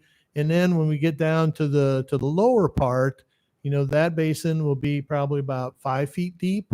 Again, water quality. And that basin there that we're pointing to is really capturing a lot of the water off of the building. Okay. The one to the north is going to be capturing a lot of the water off of the parking lot. So that's how we're going to manage the stormwater, on site. Now, as far as quantities, we have had Tracy Peterson and Liz Calhoun, who deal with the stormwater and our permit for the city. They've been involved in these conversations. So they've been providing guidance in regards to what we need to do. So right now, really, this is what we're looking at from a stormwater management standpoint. And thanks for that. And so, Megan, back to you. So I'm sort of interested in this, how the surface water, stormwater works in general, but in this situation, does that impact the way that you think about the soil contamination at all? I mean, is this, you've had a chance to sort of model or think through, if we go with this configuration, does that change the score in your analysis? No, Keith, correct me if I'm wrong, but all this storm, water storage is still kind of avoiding all of our major contaminated areas in the northeast portion of the property, correct? Yes, yeah, and one of the Okay. things, too is with stormwater management, one of the things that come into play is the DNR. The DNR does provide guidance on that, and that's why RDG has had conversation with the Contaminated Soils Division and the Groundwater Division in regards to this stormwater management plan. And they have provided some feedback as well. And right now, they're feeling pretty comfortable with what we have. Yeah, it's very interesting. I mean, I'm not an engineer, but it seems like if you create opportunities for water to move through the system, it could potentially have some kind of drawing effect on waters in other areas. And that's as far as I'm willing to speculate, but it's fascinating. The purpose of this question is just to sort of tease out that there was a lot of thought that went into this, and those factors were considered. Yes. Okay, thanks. Yep. What's the gray box? The gray box. I think the gray box, if I remember right, might be the larger rock area of 4 to 4.5 feet. So it'll be expand beyond the permeable pavers. Well, looks to me like it's almost adjacent to the area where you were prohibited from doing anything underground. And if we're concerned about groundwater, to Tim's point, groundwater moving, I think Tim is spot on. That is, I think it's important that 7G sign off on this design, because you're basically going to be drawing groundwater to a porous area where you have gravel under there. And if it does become contaminated, then we're just dumping it into an open trench and the storm, and there's no way to basically try and capture that, because what you said, you have to have a sump, and if it gets contaminated, and we're actually a lot closer. It seems to me that this really warrants DNR and 7G and making sure that that everyone's comfortable that this is not creating that wicking mechanism that we're talking about during construction. So, and especially its proximity, it's surprising to me that it's so close to the area where contaminated soil is. Yeah. So again, one of the comments from the DNR, and he iterated this a couple of times to RDG, is that, the higher levels of contamination are 7 to 14 feet deep in that northeast area. We're talking, 6 to 12 inches to 4.5 feet. So we're above that area. But Troy and I were talking before the meeting, and today I talked with Brad from RDG, and I also had conversation with Matt from Impact 7G. And actually, we're all getting together next week, maybe even this week, but we're getting together to have more conversation. And we have also mentioned that we're going to wrap in the DNR into those conversations. So the 5 entities will get together and have that conversation. To your point, because again, with all these things, and here's the thing, I've mentioned this before, I'll mention it again. So there are requirements. The DNR says, hey, here's the requirements. Impact 7G, his requirements. There's a lot of requirements that we're trying to make sure that we meet. But one of the things that we also want to do is we can always go more strict. If like even the DNR said, you don't have to put this impermeable barrier underneath those 6 to 12 inches of rock. But we have had the conversation say, but you know what? It probably makes sense. It's not a lot of extra expense. So those are some things we're in the conversations. Troy has heard me, everybody else has heard me say it is, yeah, we know what code is, but should we do the right thing, and what is that right thing? Because we want to avoid some of the comments that you've made already tonight, Mayor, is we want to make sure that we are not doing anything that's going to jeopardize this project long term in regards to contamination. If that means going above and beyond what we're being told, then so be it. So that's really the conversations that we continually have. Whether that helps or not, it is something that we talk about a lot. And I can attest that Keith has gone above and beyond everything that we've told him he needs to do. Every time we tell him he doesn't need to do something, he still wants to address it and make sure it's, even if it's the tiniest little likelihood that it could happen, we're addressing it. So no one is taking this lightly, this contamination that's present. Any other questions on this? Again, we're not looking for any action, but we wanted to get this out, and if anybody's watching has additional questions, the public, by all means, give me a call. Be glad to talk about this further. The last item is the $500,000 contribution from Story County. They're using ARPA funds to provide some money for capital costs. We are going to continue to pursue a CAT grant, Community Attraction and Tourism grant, through the state. One of the things as part of that is we do need Story County contribution to this. Now, spelled it out in there when we were looking at the Healthy Life Center, they were looking at $2 million in capital, $100,000 annually for operational expenses with a 3% escalator for 25 years. And in turn, we're going to give the Story County residents Ames resident rates instead of having to pay non-resident rates. When they approved, when the Story County Board of Supervisors approved, the 500,000, they put the stipulation is that Story County residents get the same rate as Ames residents, but they didn't have a term limit, a time limit for the whole thing. Through conversations with the Story County staff, we settled on 10 years, for the rates. After 10 years, if they want to negotiate continuing that, hopefully we can get some funding for operations at that time. So that's the only action that we're looking for. And alternative number one is the action that's being recommended by the city manager. Questions? Keith, I apologize. I should have thought of this earlier when we met. So with our prior municipal pool, did you collect data in terms of users? Was it what percentage were strictly Ames? Do we have any sense of that from prior usage? We do have that data. I just don't know it off the top of my head. No. I'm going to say that for Furman, for the Furman Aquatic Center, I want to say we're somewhere in the neighborhood of 20 to 25%, maybe non-residents.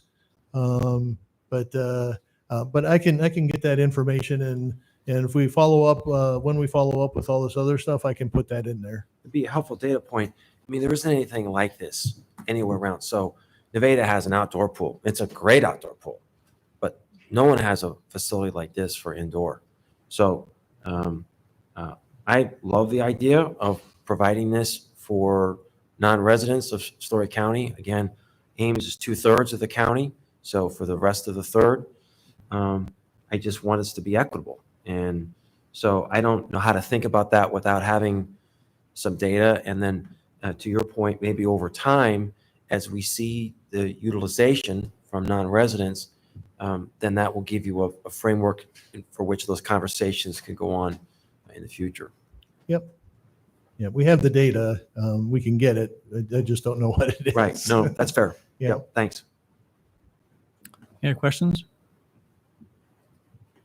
I think we want to express appreciation for Story County. They didn't have to do anything, and $500,000 is may help us accomplish other objectives that we're, going for. And so it seems to be a reasonable compromise. All right. Is there a motion on resolution approving or accepting the $500,000 from Story County with the stipulation that Story County residents pay the same fees as Ames residents for a period of 10 years? Move approval. Second. Thank you. Moved and seconded. Roll call. Aye. Aye. Aye. Aye. Aye. All right. Thank you, Mayor and Council, Yep. for continued support on this project, and we'll keep moving forward. All right. Thank you. Great, thanks. Thanks for coming, Troy. All right, moving on. Item number 39, hearing on First Amendment to the FY 23-24 adopted budget. Corey and Nancy.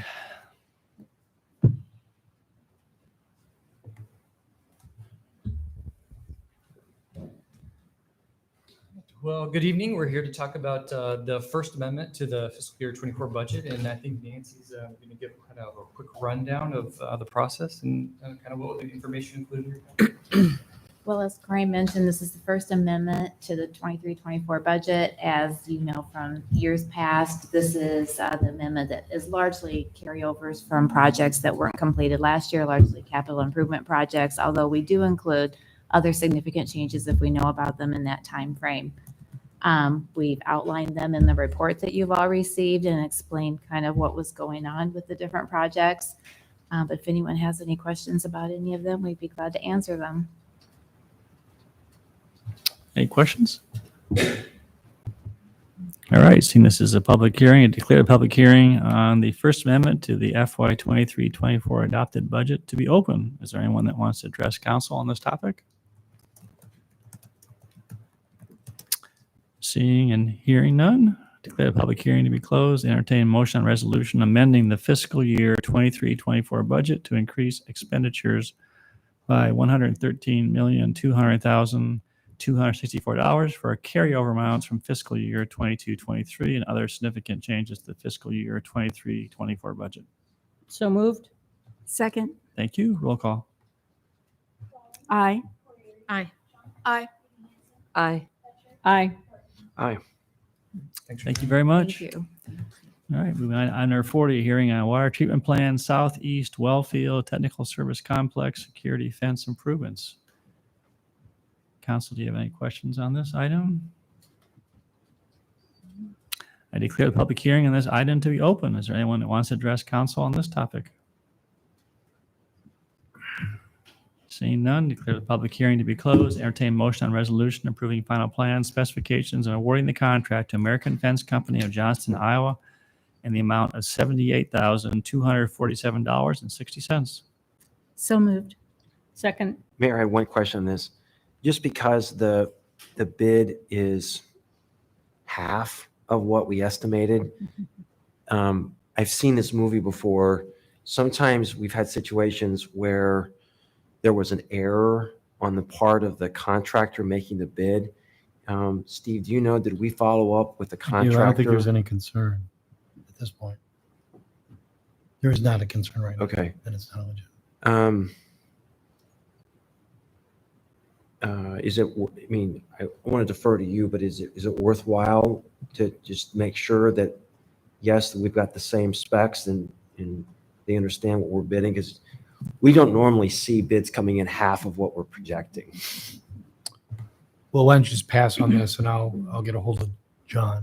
Yeah. I mean, right now we can come back. Yeah, no, I'm fine with moving forward with passing it, but I haven't seen this in a long time. But it seemed like there was a situation at one point where there was a contractor that bid and we were on the same page. The only comment I would make is that there was two bids. There's only one to be one thing, but the second bid was 107. Yeah, so that's odd too. It looks but like it's also well. It's possible the engineer was just whoever it was, just really. Yep. There's no indication there's a problem. Was Okay. so high, so. Yep.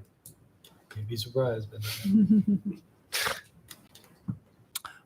Okay, motion's been made and seconded. Roll call. Aye. Aye. Aye. Aye. Aye. Aye. All right, moving on. Item number 41, hearing on East 13th Street sanitary sewer extension. Any questions for staff on this one?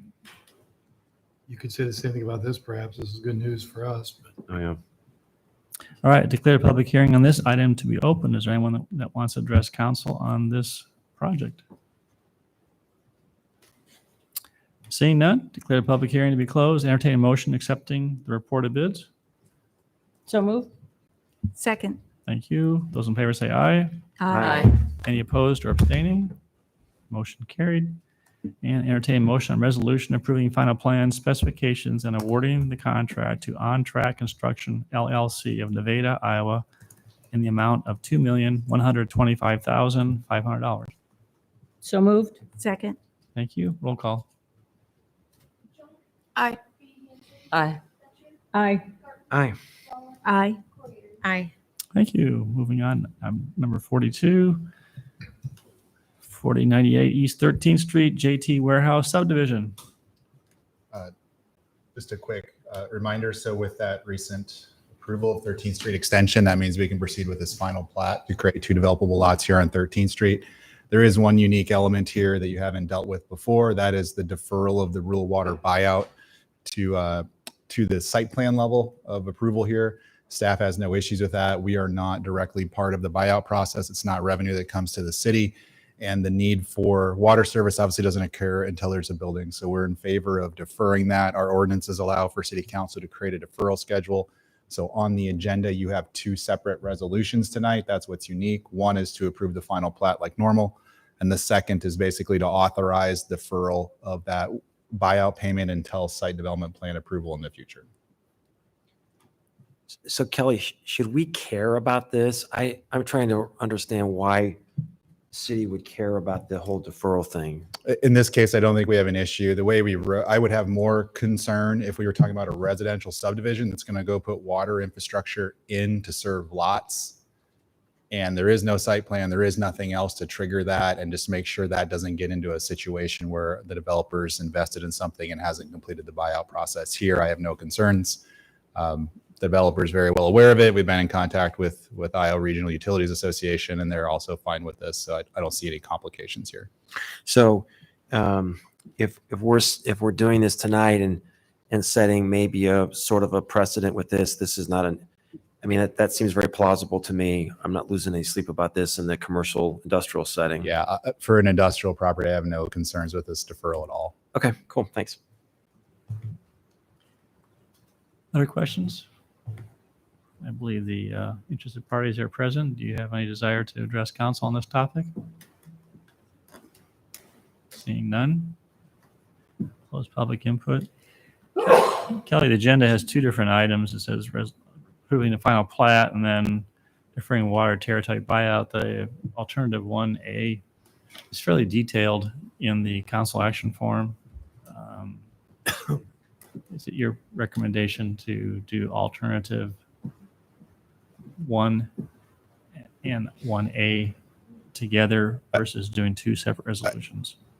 I think you can just vote to approve alternative 1. Both resolutions will be signed. One of them is going to get recorded with the final plat, approving the final plat. The other one is on file saying that you've authorized staff to do the deferral. So I don't think it matters either way if it's one motion or 2. Mark, you have any issue with that? All right. I'd entertain a motion on the matter at hand. Move approval of alternative 1 along with A. Thank you. Is there a second? Second. Thank you. Roll call. Aye. Aye. Aye. Aye. Aye. Aye. Very good. We'll move on to item number 43, downtown revitalization, urban revitalization area. All right. So in August, we had a meeting on August 22nd to talk about downtown stakeholder feedback, and council made a number of directives to staff. Tonight, we're focused specifically on amendments to the urban revitalization area criteria, which is the incentive program related to improvements downtown. It is not related to the facade program standards, any building improvement options that were discussed on the 22nd, or any of the other issues about visioning or planning that we talked about. So in August, The criteria, some of them are very clear what council was intending, such as changing the schedule to be 3, 5, or 10 as options for someone, adding residential as an eligible use. The rest of this, I think you left a little bit of interpretation to staff to talk about how do we encourage the investment that they were looking for, but also have a little bit of safeguards to make sure we're not incenting something that we weren't intending to do as the city. So we've prepared a draft as an attachment to this report based on utilizing the concepts of the current program, but then amending them to reflect the direction from August to the extent that we understood this. So tonight we're looking to affirm that staff has understood what was directed of us, and you would be setting a date of public hearing for actual adoption in October. So for what we're looking at tonight, I want to focus on a few different things. I think the three most important issues that need to be clarified to make sure we have this correct are the understanding of how an existing building is going to qualify for tax abatement. Under the current program, you always had to make an improvement to the building. So City Council said, no, we don't expect you to make an improvement to the exterior of the building just to be eligible if you're making interior improvements. So what we have drafted is a criteria that looks at this in three different situations: an existing building that meets the current facade grant program criteria, an option where a building may not meet that criteria, but they are not having a negative impact to the front facade, which we've defined as closing up openings for the most part. So you no longer have to add something or improve it, but you can't make it worse than it is either. And then the third part is if you are a new building, a new construction, a new addition, you also have to meet the design guidelines that we have downtown. And there's two types of guidelines. There's traditional storefront design requirements, and then there's more contemporary commercial facade options that we've used for a couple of buildings, like Wheatsfield is an example where they got a facade grant and they meant the contemporary design guideline requirements versus the most of the stores on Main Street have used the traditional storefront design guidelines. So there's two options there. It's not just the storefront. So I think you want to look through that and make sure that we're understanding, especially that existing facade where no improvements are done to the outside, that we're consistent with your expectations there. And then another part of this, as we started to think through the uses, especially again with existing buildings, the current criteria allowed for existing office uses and other existing users to benefit from abatement when they got a facade grant. But if you were a vacant building or a new building, you were required to have one of the preferred uses, essentially a retail use, as the user of that building when you got tax abatement. So we're carrying that concept through in this proposal.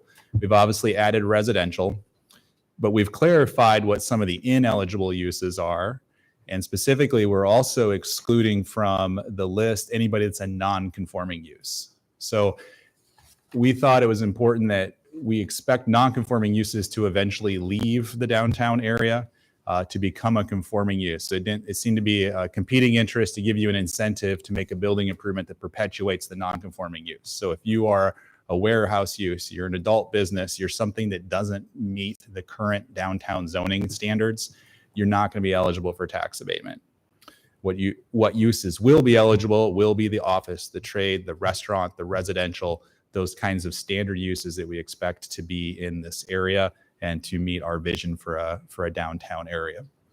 Some of the other precluded uses would be institutional, utility uses. Again, there's some oddball uses downtown. You have a switching station or essentially switching gear for a telephone company.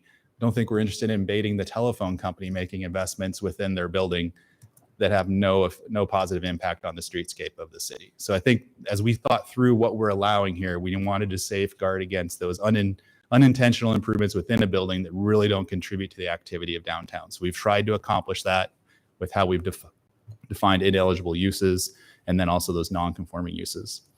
One other thing that we need to make sure that we have correct is the relationship of the historic buildings to the criteria. So the direction in August was to prohibit a property that had an historic resource that is demolished from then being eligible from tax abatement.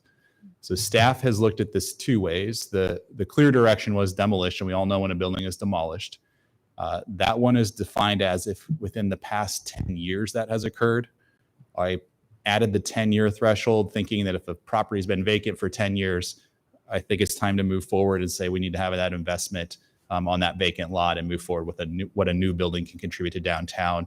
And at the same time, I doubt anybody's demolishing a building with the intent of keeping it vacant for 10 years to get a tax abatement 10 years later. So I think that was a reasonable time frame to look at that.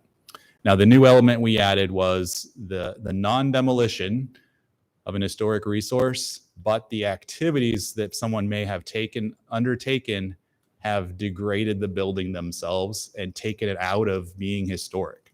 So you could remove a parapet from an historic building. You could fill in openings and remove those character defining features, and it is no longer has integrity of an historic resource. So we also don't want those things to happen and then incent that back with a tax abatement.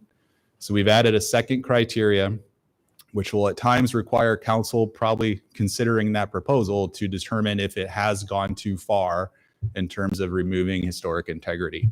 So now we have a clear demolition standard, but then if you've also removed character defining features, you are not eligible either for tax abatement. So that's a new wrinkle that I thought was important. So we don't accidentally, again, incent someone to do something that's counter to our number one goal of promoting the character of downtown. So those are kind of the three big topics there. There's some other details in here we're happy to answer questions for. Thanks, Kelly. Questions? Kelly, you did a great job of sort of going through some of the highlights of this. Could you take just sort of a 10,000 foot perspective on this? Could you summarize what our goals are for this? What are we trying to accomplish with this? So at the request of AEDC, this is what generated all of this just over a year ago, was a request to broaden the ability for incentives to be offered to reinvestment downtown for new buildings and for rehabilitation of existing buildings.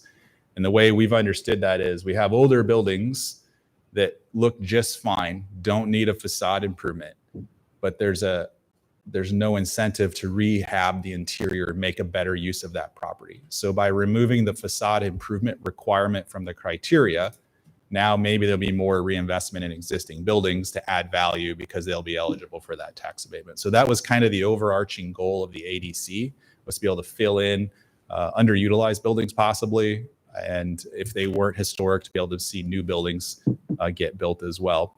As we went through that process, it became really clear from the stakeholder input, everybody's very invested in the downtown character. We all appreciate Main Street because of what Main Street is, the business types that are there, as well as the look and feel. So I think we wanted to make sure at the end of this process, we weren't accidentally undermining that downtown character.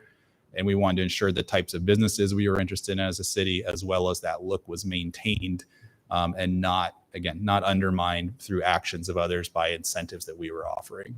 So I think those are the two overarching goals. And I think we've had to fill in some details here to make sure we accomplish those two goals. And last question. So that's very helpful, but we're not creating any kind of barriers. If someone has a building and they want to take it down, they can do that, but they're not going to benefit from the incentives. Right. So I think that came up in the conversation. So if you don't track all the things that apply to a property, the number one thing is zoning. Zoning has very minimal rules in terms of aesthetics downtown. We don't have any mandatory brick requirements, no mandatory glazing requirements, any of that stuff. So if you don't ask for an incentive, just like you said, and you just want to follow zoning and building permit processes, you can still do whatever you were intending to do downtown. You could tear down a building and rebuild a new one. You just wouldn't get an incentive from us. Okay, thanks.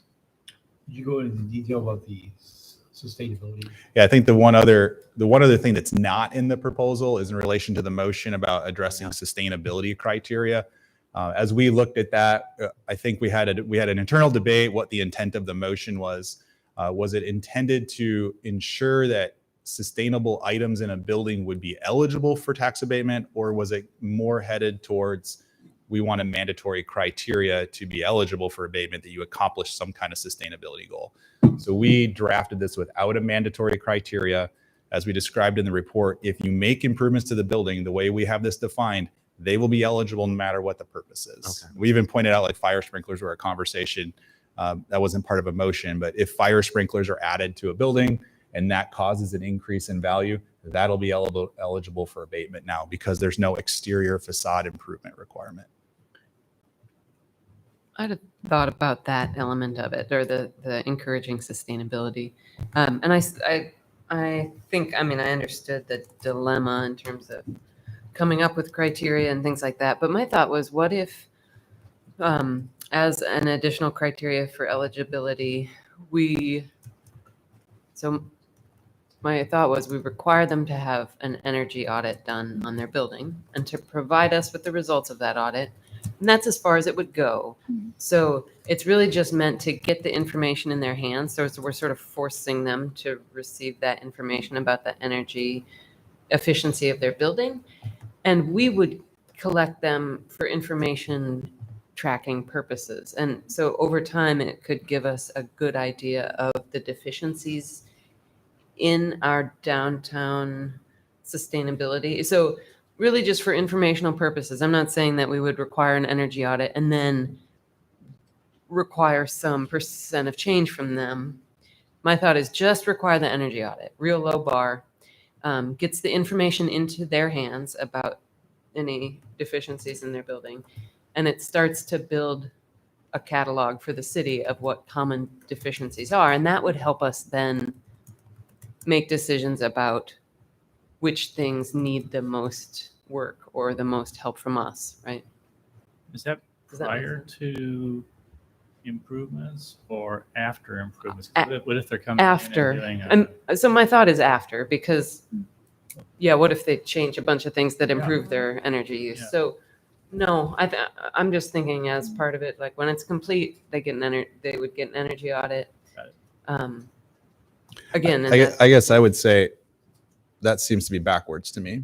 You would do the energy audit first to know what you could invest in to improve your building, not what your deficiencies are after you made the tail end. investment. If that makes more sense, that's fine. If you want to encourage investment, you would do it before the project, not after. They would see paybacks and maybe they want to add to their investment. Yeah, perhaps. Yeah, there you go. Okay, I can see it. I think after the fact, it's more just a reporting mechanism, but there's no standard. So what's the point of the report? What's the report? If we do it after the Oh, fact, after then the the fact, owner's not going to take on another project and project, incur more costs when they just got done with their project. It might be more useful after the fact for new buildings, though, because we don't have Sure. a standard before, but it could set a baseline But we- for the owners of the building to know what they might want to be doing in the future if they had more projects. Yeah, I could see that. Again, if it's a new construction, you've met the energy code and It'd still be worthwhile knowing whether your building is at the level you want it to be at. so that's commissioning. That's a different thing. So commissioning is going through your building and ensuring all the systems operate as spec'd and as designed. The building code is requiring you to say, I will put these features in, and that by putting those in, I will achieve the mandatory energy code requirements. So commissioning is a little different than an energy audit because you're inspecting the mechanical systems and different features to make sure they work properly. So that's something like the U.S. Green Building Council requires with LEED, that you not just design it to meet the LEED standards, but you must have a report at the end that commissions that the building operates as designed. And that's a whole different level than just an audit of what the systems are in place today and what opportunities for improvements are. Are you saying you can't do an energy audit on a new building? I'm saying I don't know what 'Cause the it purpose seems like of it you is. could. You can, but I don't know what the purpose would be. Because again, I just spent X millions of dollars to build my building. What am I going to do after I build it to make it more energy efficient in any near-term situation? I'm not going to replace the windows I just put in. I'm not going to replace the heating and cooling systems. Yeah, Well, it would still give us information though on what the buildings are. So I think if you wanted that information, you would ask the building department to give you a report on the energy code compliance, on what buildings are doing or what performance level they're achieving to meet the building code, rather than ask the owner to do an audit after the fact. That's my perspective. I was trying to get the most utility out of the request. And to me, that's at the beginning, not at the end. Yeah. A reporting thing for us, maybe, but I don't know what we're going to do with that. Yep. And I agree. I'm not quite as concerned about new buildings just because of. But they're part of this. So if we say, hey, if you've got an old building, you have to spend a little extra money to do an energy audit. But if you're doing a new building, we don't care. Well, that we know then we're why not- that is, though. It's because old buildings have drafty windows and they have drafty New buildings stuff can and- too. Well, then we need to check with the build. I mean, I just feel like there should be something, and I don't know, maybe it's not an energy audit, but it seems like both types of buildings are part of our building stock. And so knowing if part of the purpose is for us to know what the situation is downtown, that we want to have the new buildings as part of that as well. So I don't know how to accomplish that. That's the problem. It seems like there are two different requirements that would be necessary. so yeah, I mean, I would say let's tackle them separately then. So do you want a motion on that? I want to make sure I still understand the energy audit before Okay. there's a motion. Yeah. Is the audit, because I can think of different ways these are used. One thing an audit is just to look at energy usage and tell you what it is for that building. It's kind of like reporting, this is how much gas I use, how much electricity I use in a month. So it's kind of disclosure for a buyer.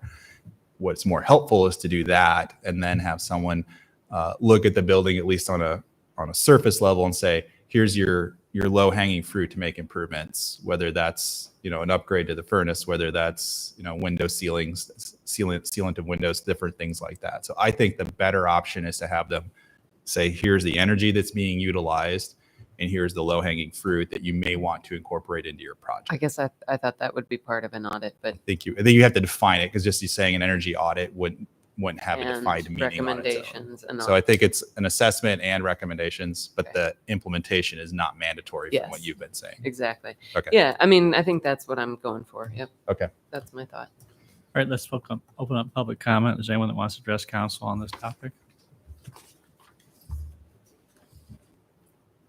Seeing none, we'll close public input.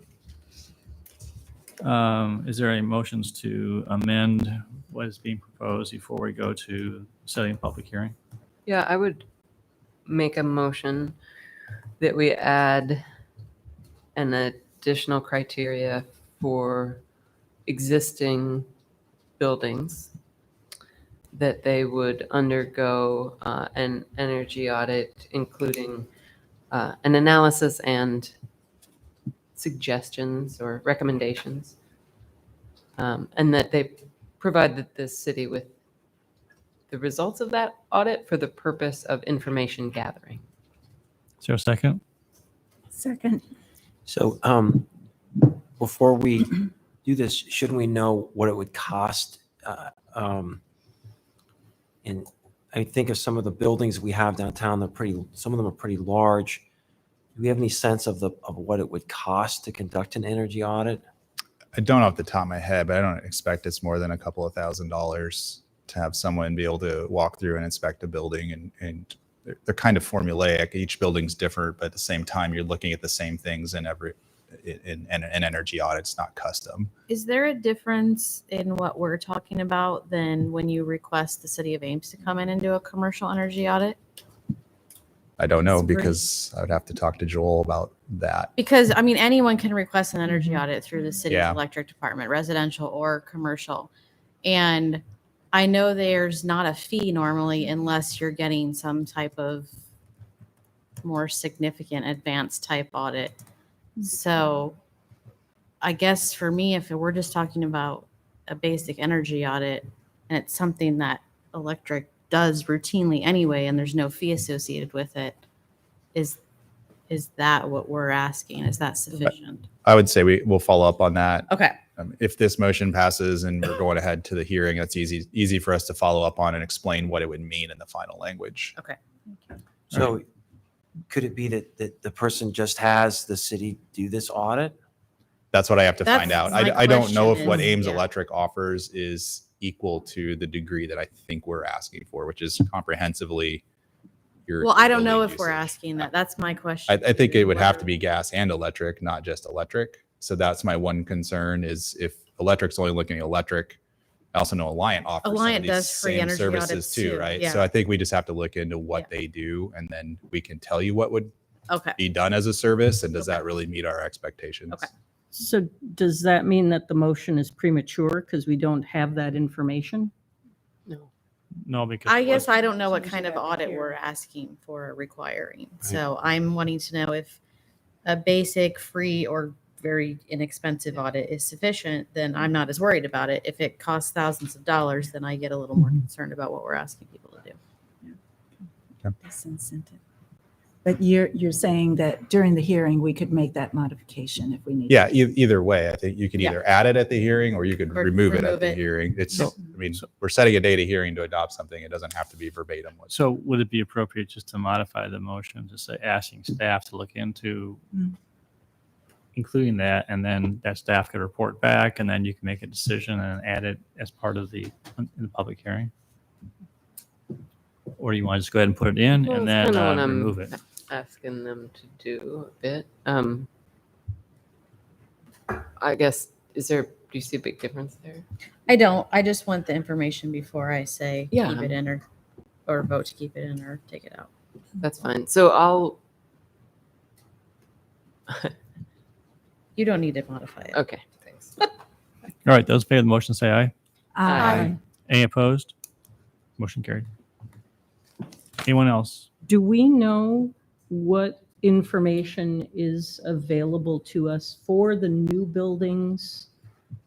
I have no sense of what the city knows regarding sustainability features of new buildings.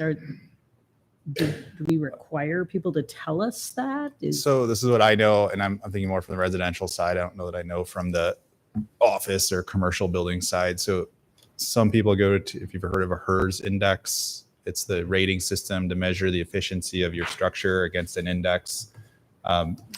And it's a way to demonstrate compliance with the energy code. So to do that, you submit a little report with your building permit that says these are the things that we're doing, and this is where I land on the HERS index, and then that's benchmarked into the energy code. So I know I've seen that in inspections where I can get the HERS report for an apartment building or for a house, and I know that they're 20% over code or they're right at code. I know that exists. But we don't know if it applies to commercial. I don't, because I've only pursued it from a residential standpoint in the past. I haven't asked about a commercial building. Then I would move that we have staff investigate whether, what do you call that thing? But I think what you're asking is for inspections to report on what type of information do they receive with building permits for energy code compliance. Did you get that, Carmen? For new construction, right? Because I did ask, with investigating this, if you're just rehabbing a building, you do not. That's a motion. Is there a second? Second. All right, go ahead, Kelly. I was gonna say, when you rehab a building, you do not necessarily trigger energy code efficiency improvements. So it's not like ADA where you make an investment, you have to make upgrades to a building. It really depends on what you're doing. If you trigger any energy code improvements for a rehab, it's new construction where you must meet the energy code. Well, my main concern is if we're trying to use this information to create some sort of database, that we also have the information on the new buildings. So I don't know what kind of information we're currently collecting. If we're already collecting something, then I'd be happy to have that. I don't want us to duplicate effort. Okay. Those in favor of the motion say aye. Aye. Any opposed? Aye. Motion carried. Any further changes? Otherwise, we're going to move on to the motion at hand. So just want to, again, I think we'll wordsmith this maybe slightly a little bit before the next meeting. So, but it's pretty clear what our goals are here and our intent. So if you move forward with this is what will make it to a public hearing. Okay, is there a motion setting October 10th, 2023 as a date of public hearing to approve the amended criteria for the downtown urban revitalization area, URA, as presented in attachment B, and modify the URA map to remove the properties along Kellogg Avenue between the railroad tracks and Lincoln Way? So moved. Second. Moved by Rowan, second by Gloria. Those in favor of the motion say aye. Aye. Any opposed or abstaining? Motion carried. Thank you. All right. All right, we're going to move on to disposition of communications to council. We have four items. The first is really just an update from Don Com, correct? You gave him authorization to lock into a gas contract for 1 year, and you gave him $4, I think, a limit, and he actually did better than that. So he wanted to report to you that he was able to lock in the price for $3.60. Okay. Second, information. Yep.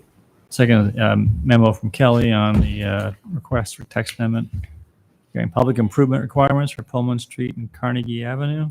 Unique situation, you might want to, if you want to follow through with this, you put on an agenda, future agenda for more discussion. See what options there are for you. I move we put this on a future agenda for discussion. Second. Moved and seconded. Those in favor of the motion say aye. Aye. Any opposed? One question I've had, this has come up periodically for the last 10 years. I am curious how other cities deal with this situation. If there's a way of visiting with peer cities, that'd just be a helpful data point for us. Yeah, I think I'll go back to the original report. I think we did some research back then. Okay, that'd be great. It was kind of hit or miss whether cities expected anything on a gravel road to ever get improved. No.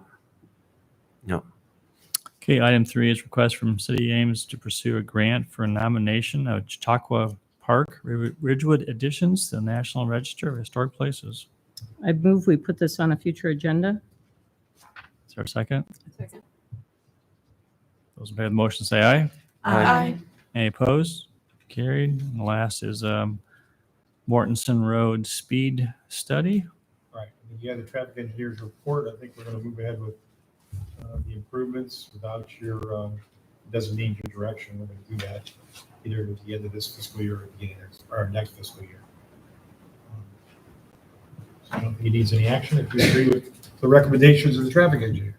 Okay. All right. Council comments. Jeff. All right. Made it through our council meeting. Here I am. Yeah. I don't have much. Some students approached me and wanted me to talk about the American Red Cross's Iowa State blood drive that's going on next week. So from October 2nd to, let's see here, Thursday, October 5th, there's a blood drive going on at the Memorial Union at Iowa State. If you just go to the American Red Cross website and type in cyclones, you can find it. Every day from 10 to 5 p.m. it's available. So if that's something anyone's interested in doing. It's a good reminder. I mean, I think that the blood supplies are low right now. I think I saw something. There is a shortage. So that's a good timely promotion. Yeah, it's awesome. So I'm donating on Thursday. So if anyone wants to join me, let me know. So, and that's all for me. Thanks for volunteering. Jeff also got appointed tonight, but he's on the transit board also, so he's pulling double duty. So thank you for doing that, Jeff. You and Brown will get a lot of time together, right? I've got a pretty light class load, so I can take on a lot. All right, Brown. Excited. Boy, there's a lot of fun stuff coming up this weekend. A lot of good events.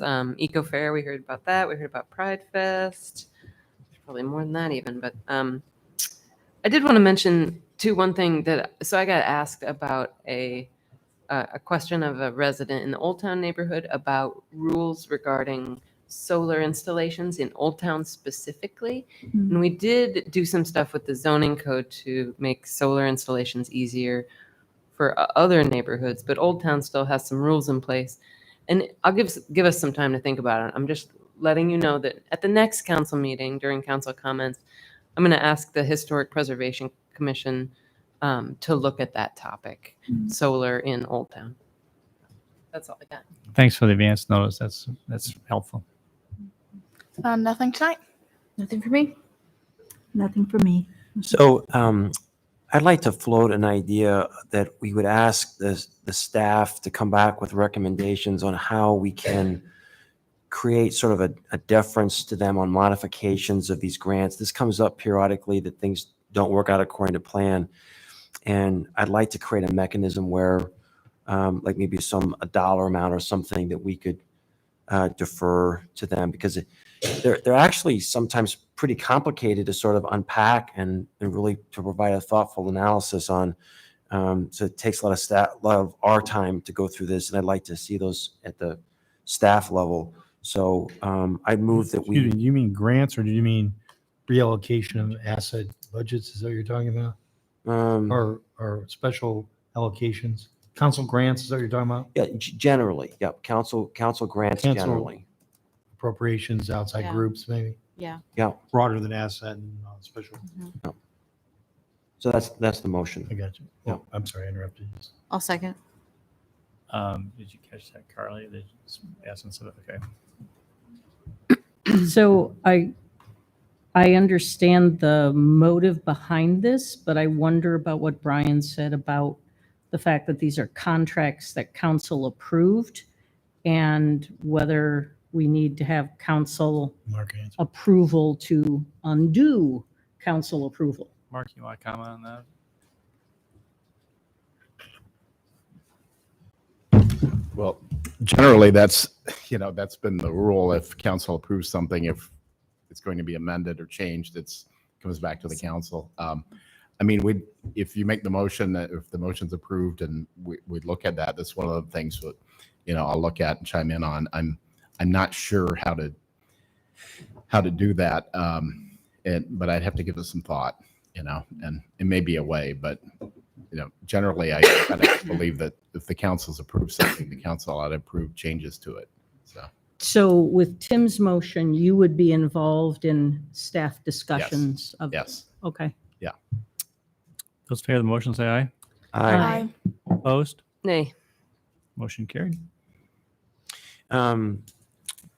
Second, the recent Gilbert High School student suicide is heavy on the hearts of people in the area. I was talking to a high school teacher from Gilbert, and this is heavy. And so we extend our condolences to the family and to the entire Gilbert school and community. These are very sad situations. And then I also want to just again commend John for a fine year as serving as president of the Iowa League of Cities. It's a great honor for a city to have its mayor serving as president. And so thank you, John, for your year of service. Thank you. Who is the new president? Council member Ashley Vanorny from Cedar Rapids. She'll do a great job. I have nothing. All right. With that, Mark, does the council have authorization to enter into closed session? Yes, Mayor. Iowa Code Section 21.51C allows the council to go into closed session to discuss matters in litigation or threatened litigation. Okay. Is there a motion to go into closed session? So moved. Second. Okay. Roll call. Aye. Aye. Aye. Aye. Aye. Aye. All right. Thank you.